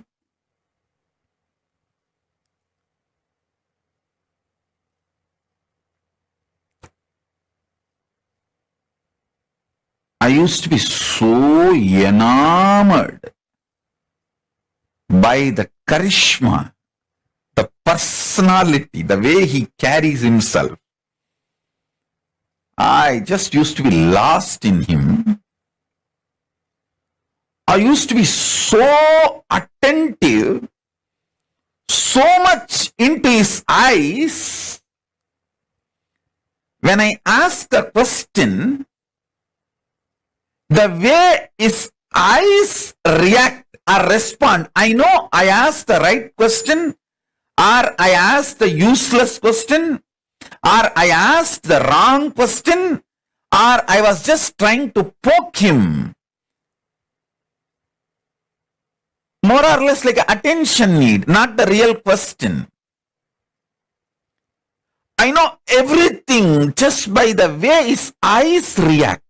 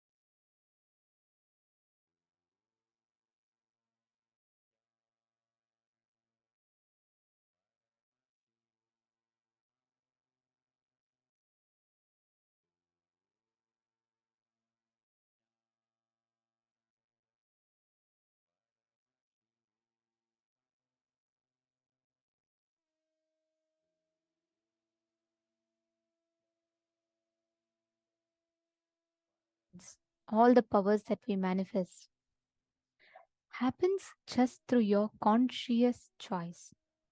With your conscious decision, the power of your conscious will has the ability to change anything that's right in front of you. If your conscious decision, the will persistence decides you are a leader, you want to be a leader, you are going to manifest what you want.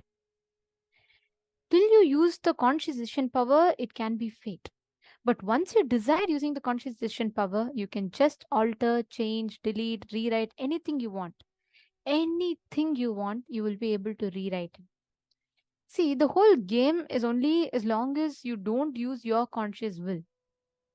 That's what is called super determinism, right?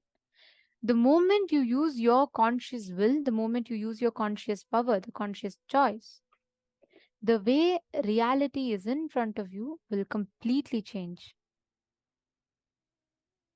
Whatever you experience as you, whatever you relate as you, whatever you associate as you, what you see as you, is not, as long as it is not your individual will, as long as it's not your conscious will, you are only going to be manifesting that same incompletion or patterns again and again. You can call it fate, because that's what is fate, right? Fate is where it's not under your control. You're constantly manifesting whatever that there is. But the moment you take, it's like you taking the reins in your hands. You taking the controls of the reins of your life. So now everything, every manifestation in your life is under your control. That is conscious decision. That is the power of your conscious will.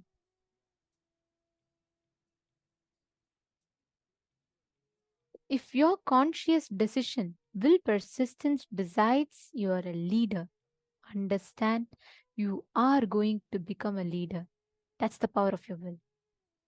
If your consciousness decides you are Paramashiva, you will experience your Paramashivatva.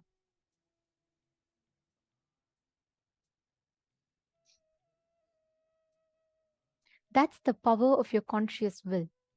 This is what Swamiji calls a super determinism. Everything in your life that you see in front of you, it goes exactly as per what you will. If you keep thinking, oh, it's just fate, this is what is fate, this is how life is going to be, then life will only keep manifesting that.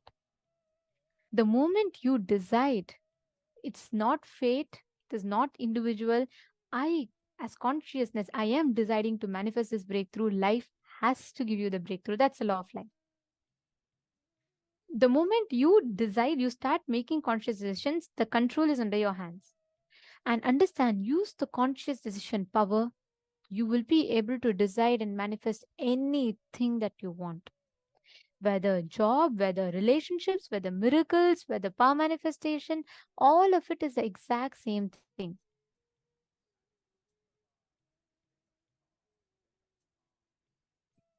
See, Ma Prithvi Prasad, I'm seeing your message which you have put, I think, some time back. You have asked the activities that how we, if we can track them.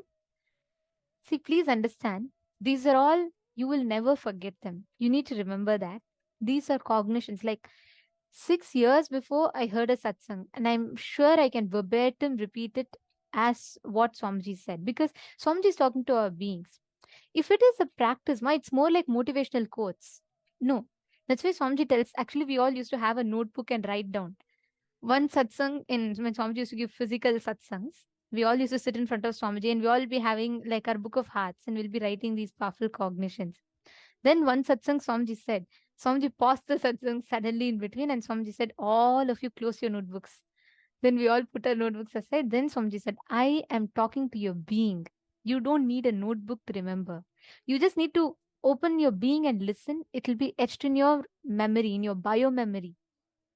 So you don't need to take notes. Of course, you can always write it down later. Like as soon as you click with something, you can make a note of them. That's absolutely right. That's the right thing to do. Even Swamiji has said you can record. That's not a problem. But don't depend on that book. Otherwise, only the book will become enlightened. You will not become enlightened. Swamiji is talking for you to become enlightened. So you remember, you just listen to it, Ma. You will see every powerful cognition that becomes your experience. It will never ever be forgotten. It can never be erased from your memory. The moment you apply these powerful truths, it will never be erased from your memory. It can never be. Okay. Now, listen, all of you listen.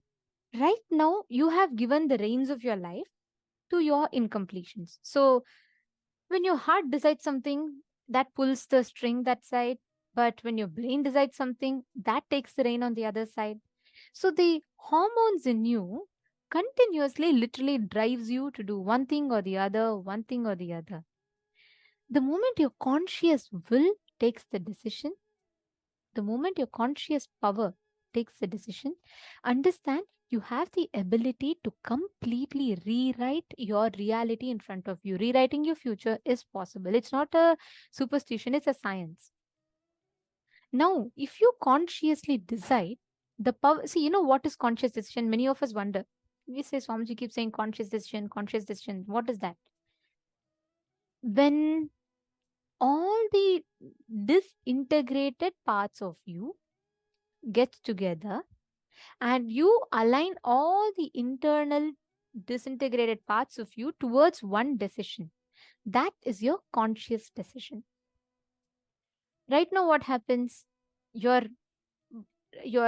heart really says, you know what, let us just go and let us really stop all this unhealthy lifestyle, let us take a healthy lifestyle. But your brain says, just one more week, I'm sure you're not really going to gain some 10 kgs one more week, just one more extra, so what? Look, there's an special offer in your favorite Domino's or McDonald's.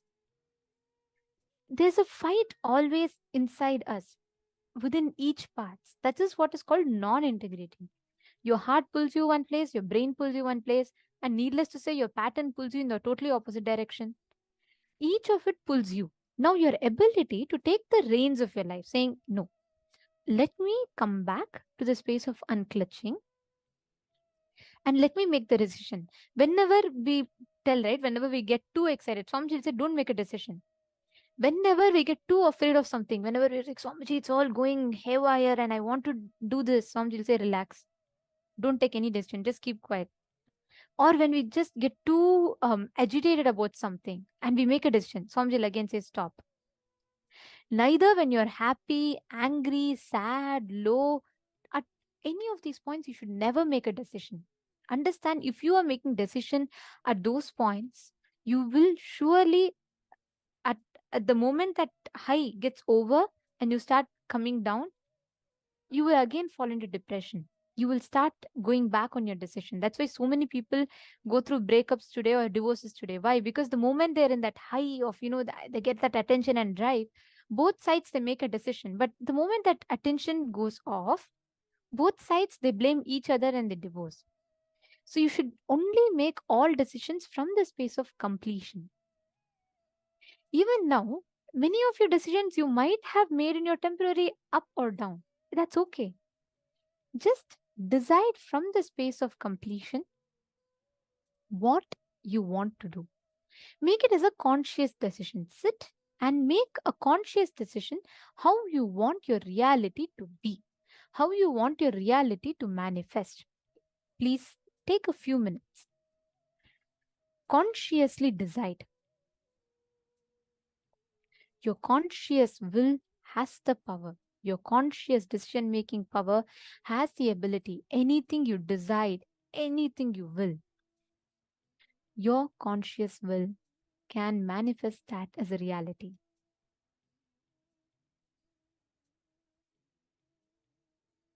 Are all of you understanding? Now, take a few minutes. Wherever you want to have a breakthrough, whichever part, sit and consciously decide. Make a conscious decision. See what are all the non-integrated parts of you. What are all the parts of you that is not integrating to your decision, that is not in alignment to your decision? Go back to those parts, address those parts, complete with those parts. Take a few minutes and please spend on, let's just take 5-6 minutes. It's not much. You just need to decide. Just your concentration will negate all the other decisions driven with patterns that you made. So just make a conscious decision inside of you. You just look in and declare. No, it's just 2 minutes. Come on. Every one of you look inside you. Declare consciously to yourself to make everything that is not in the way you want, bring it back as a conscious decision.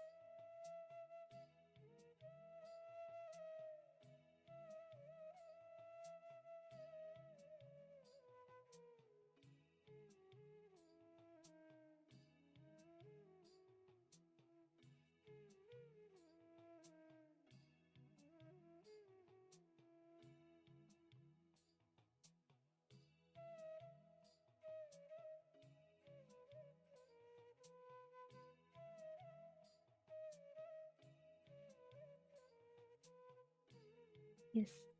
Now, please relax.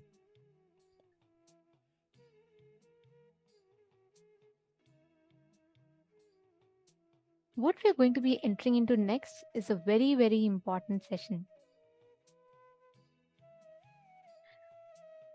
We are going to be understanding about the space, the leadership consciousness, and for that, the first thing that we all need to understand or learn about is the science of manifesting the space. See, please understand now with this conscious decision, you can simply manifest it as an experience. You can simply just create this whole thing as an experience inside of you. And how will you do that? Just by manifesting power. Every time you manifest a power, every time you manifest something as an experience, please understand, you are literally empowering your inner space to create this as the reality that you want to manifest. Now, understand, can each of you bring a silicon device in front of you? Whatever device you have, any silicon device, it can be phone, tablet, anything. Can each of you please get a silicon device?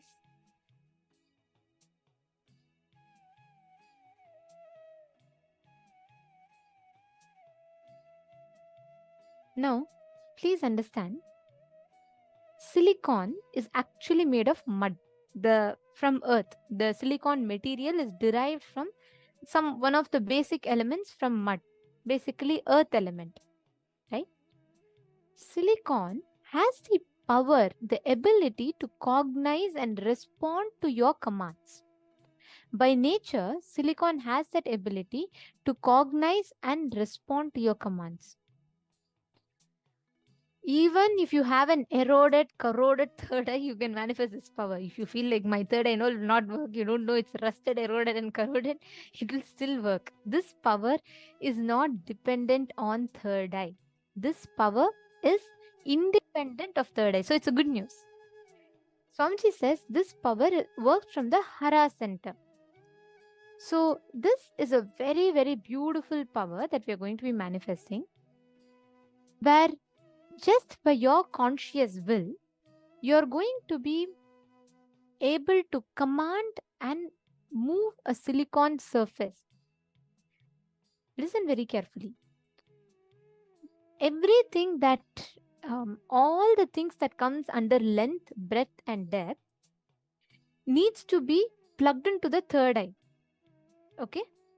So you will have to manifest through the third eye. But this is directly from your Mooladhara. So even if your third eye is corroded or eroded, you can still do it.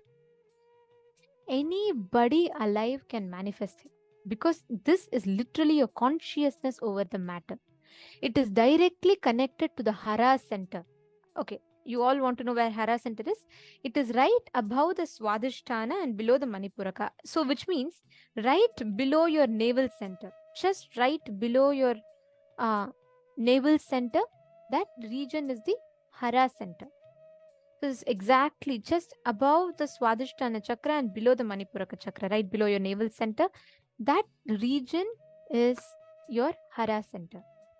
This circuit is directly connected to the Hara center. Actually, when you are connecting with the device, the silicon device, anything, basically any phone, tablet, PCs, anything that you have in front of you, any electronic gadget is a silicon device. Okay, so when you are connecting to it, you will actually experience your Hara center, the bottom of your belly, literally vibrating. So for what this circuit is applied is anything you can visualize, you can download it in silicon matter. It's a very super cool power. Once I was just walking with Swamiji, and Swamiji had actually initiated myself and another person to manifest this power, where we had Swamiji basically initiated us and said we can just manifest this power. We were just casually walking and there was a beautiful scenery in front. So there was this Vaidya Sarovar, there was sunset, and there was Kalabhairava, right, deity of Kalabhairava right under it, and it was all trees around. It's a very beautiful scene. So whenever Swamiji is there, right, he'll just go stand there and he'll watch the sunset and sunrise. So I was just standing behind Swamiji and I was just watching the thing, and along with all the others. I mean, everyone of us were there, and Swamiji just suddenly turned and looked at me, and Swamiji said, "Are you enjoying the scene?" I said, "Yes, Swamiji, it's so beautiful." And what happened was, right at that point, Swamiji said, "Kanna, just look at it and click it through your eyes." I was like, okay, what is happening? Swamiji said, no, no, like how you click a photo, just click like that. Like that, Swamiji actually just blinked his eyes and showed, just do that. And I was like, okay. Then Swamiji said, Swamiji had actually initiated, and Swamiji said that to one particular person, he said, I will be able to send it because the third eye connection is established. So I was like, okay, what is happening? But still, anyways, so I just looked at it and I just blinked my eyes once and I kind of like visualized like it's actually getting clicked. And I'm not joking about this. I have experienced this.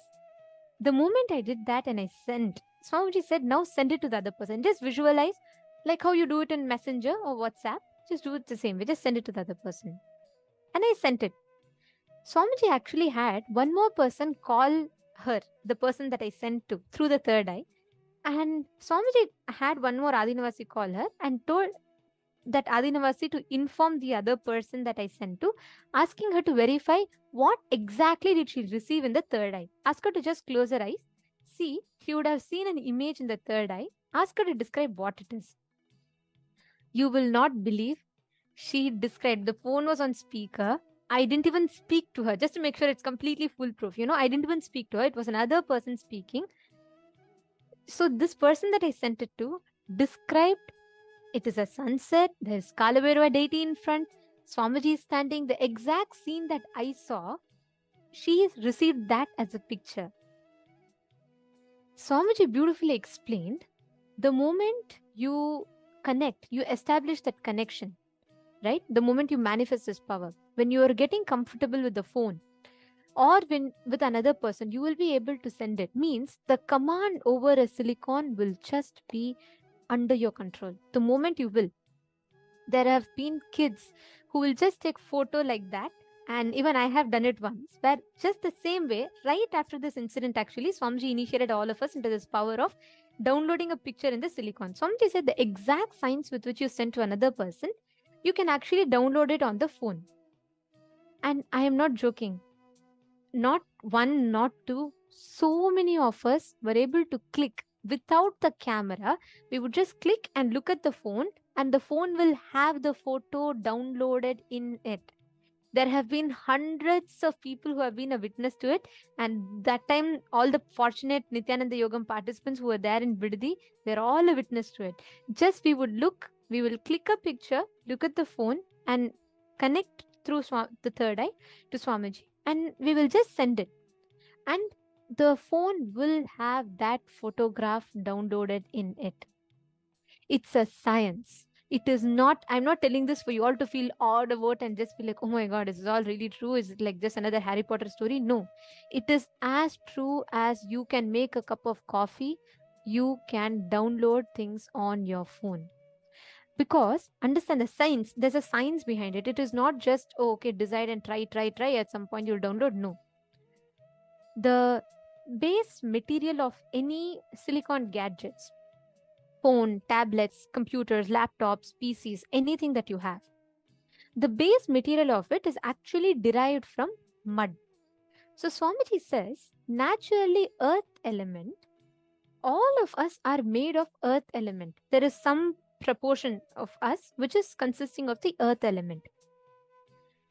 The moment you connect to it, the earth element has the ability to download, receive your instruction, amplify it, and process that command. Because end of the day, that is the base material from which we are made. And our Hara center, the Mooladhara chakra in us, is directly connected to the earth element of the nature. So this whole power, even without your third eye, even if you're 100% believer, you feel, I know everyone can manifest third eye, but not me. I am the hardest nut to crack. Even if you think you're like that, it is okay, you can manifest this power. As complicated as it sounds, it's so simple. It's just a science where you receive and reciprocate the command to the object. Okay. Now I'll tell you what are all the types of powers that we can manifest. One, like I explained, you can click a picture with your eyes, you can download it on the phone, or you can just send it to even a pen drive, just like how a camera clicks, right? Just click and then send. That's one. Second, you can increase the battery. You can actually just blow from your Mooladhara, just blow air into the phone will charge. This is very, very doable. The third one, your ability to command, like you can unlock a phone without you physically touching it. Of course, these are all advanced levels. But what we can start with is first being able to control a phone, like just turn it on, being able to, unlock the screen, being able to just turn on the screen, being able to charge the phone without actually charging it. Both of these we will be manifesting immediately. All right, you're all understanding? So how you will manifest? What's the exact process of it? Please bring a crystal shila, the granite slab if you have. If you do not have, don't worry. If you do not have a granite slab, that's okay. If you have a granite slab, please bring it. If not, at least bring a mirror. Put the phone on the mirror, the energized mirror. When I say a mirror, don't bring your makeup mirror. It should be the energized mirror which has the Aushadha applied on it. Please bring the mirror and put the phone on the mirror. If you do not have the mirror also, it is okay. But actually having a mirror or crystal shila amplifies, enhances your manifestation even more. If you do not have, it is okay. Just keep your phone, write a command. First, all of you please write one command. Simple. I want my battery percentage to increase by 3%, 4%. Tatiana Hughes is asking where you can buy the Krishna Shila. Any granite slab, any granite slab. You can get it energized during the program, Darshan, and Swamiji will energize it. Once it's energized, it becomes Krishna Shila. Actually, Shila means stone. Krishna Shila means granite stone. That's what it literally means. So it's not any like particular material. Any granite slab, white granite, black granite, any granite slab, keeping that, applying the Jnananjana on that. So once you get it energized, so if you have, you can bring it and get it energized during the further days of the program.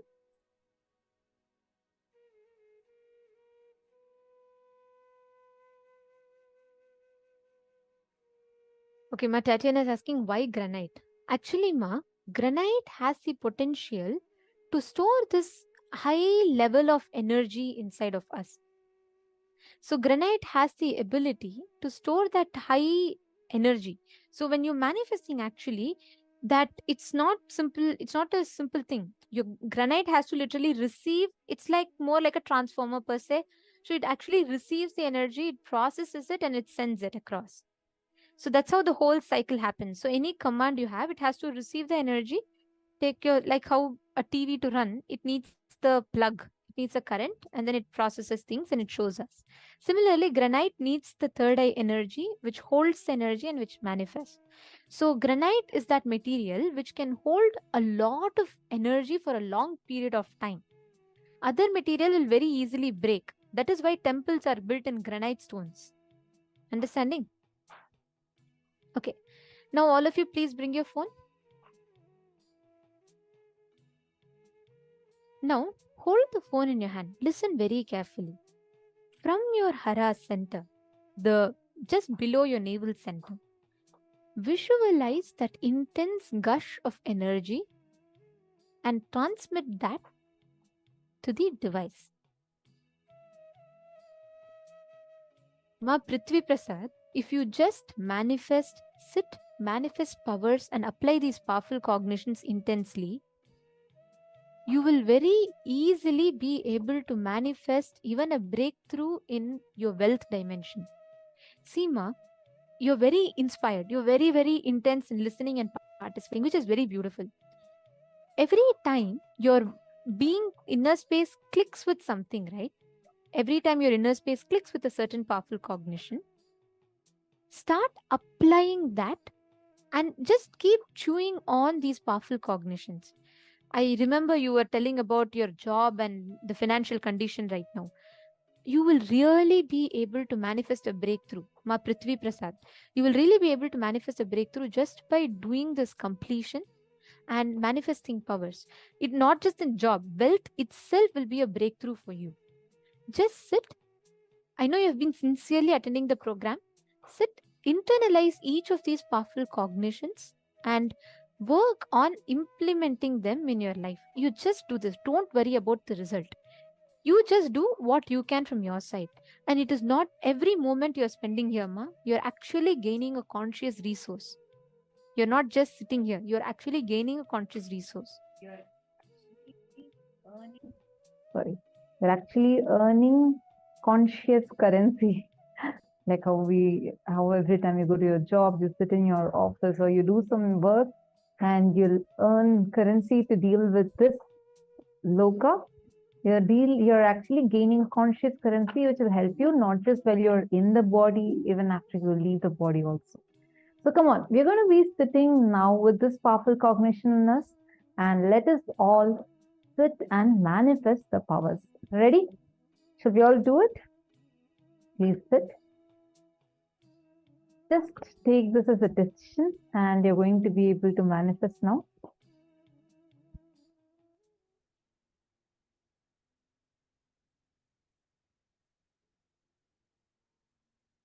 Please hold the phone. Just look through your third eye intensely. Just blow air into the phone. Just breathe in. And when you breathe in, your energy, it is just converted into the electric energy. And just when you breathe out, it enters into the phone. You will actually see it will increase. The charge will increase.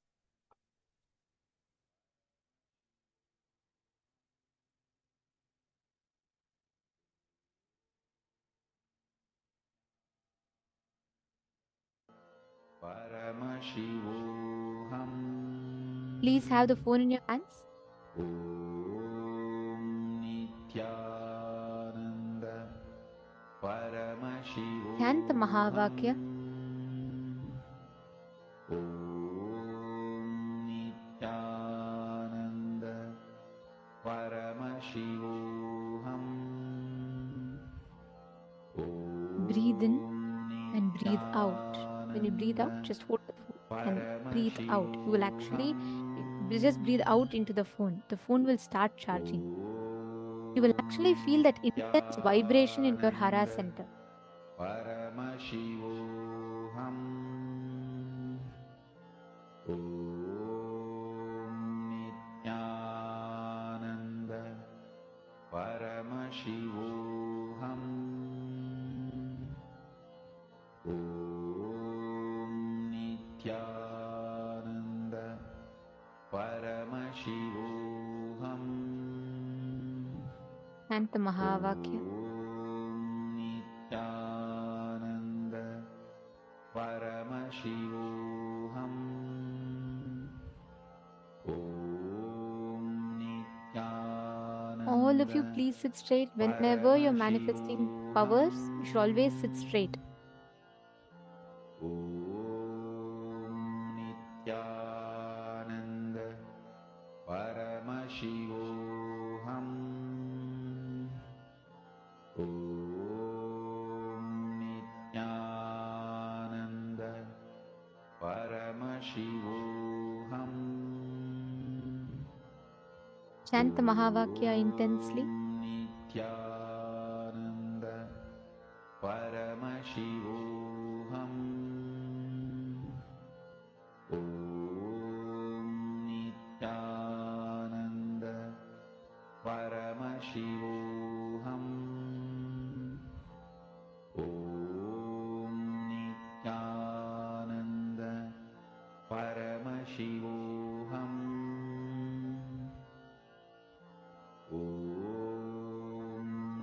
Breathe in and breathe out into the phone. Paramashivoham. Om Nithyananda Paramashivoham. manifest intensely. Nithyananda Paramashivoham. You only need to make sure again and again you're chanting the Mahavakya. Tune in your whole being. Paramashivoham. Om Nithyananda Paramashivoham. Om Nithyananda Paramashivoham. Om Nithyananda Paramashivoham.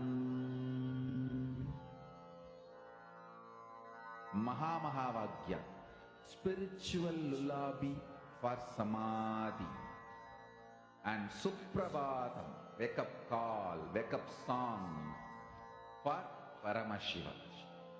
This Mahavagya is spiritual lullaby for you to fall into samadhi. Suprabhatam, wake up song for Paramashiva to wake up in you.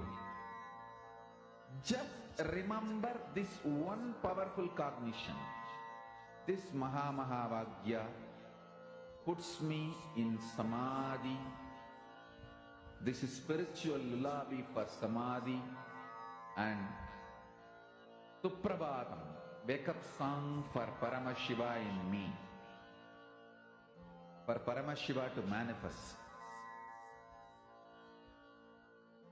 With this one spiritual powerful cognition, chant this Mahavagya.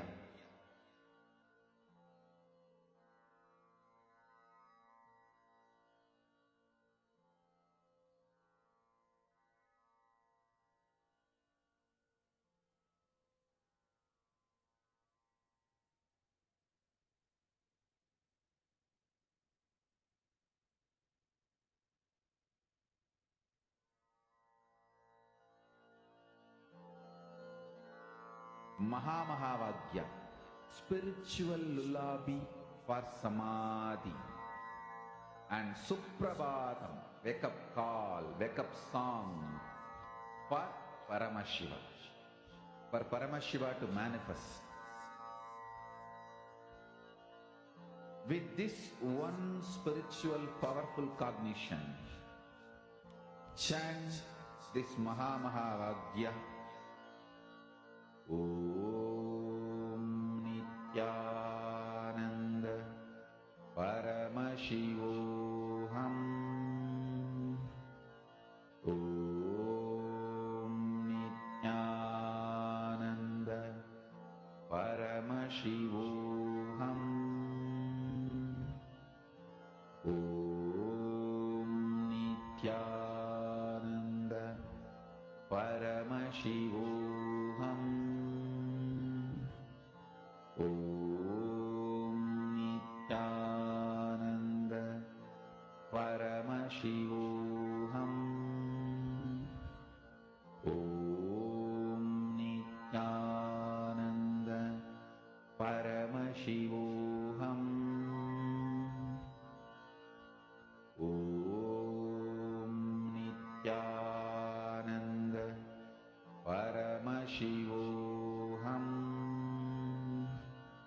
Om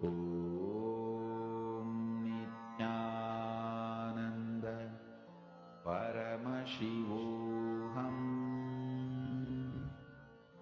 Om Nithyananda Paramashivoham. Om Nithyananda Paramashivoham.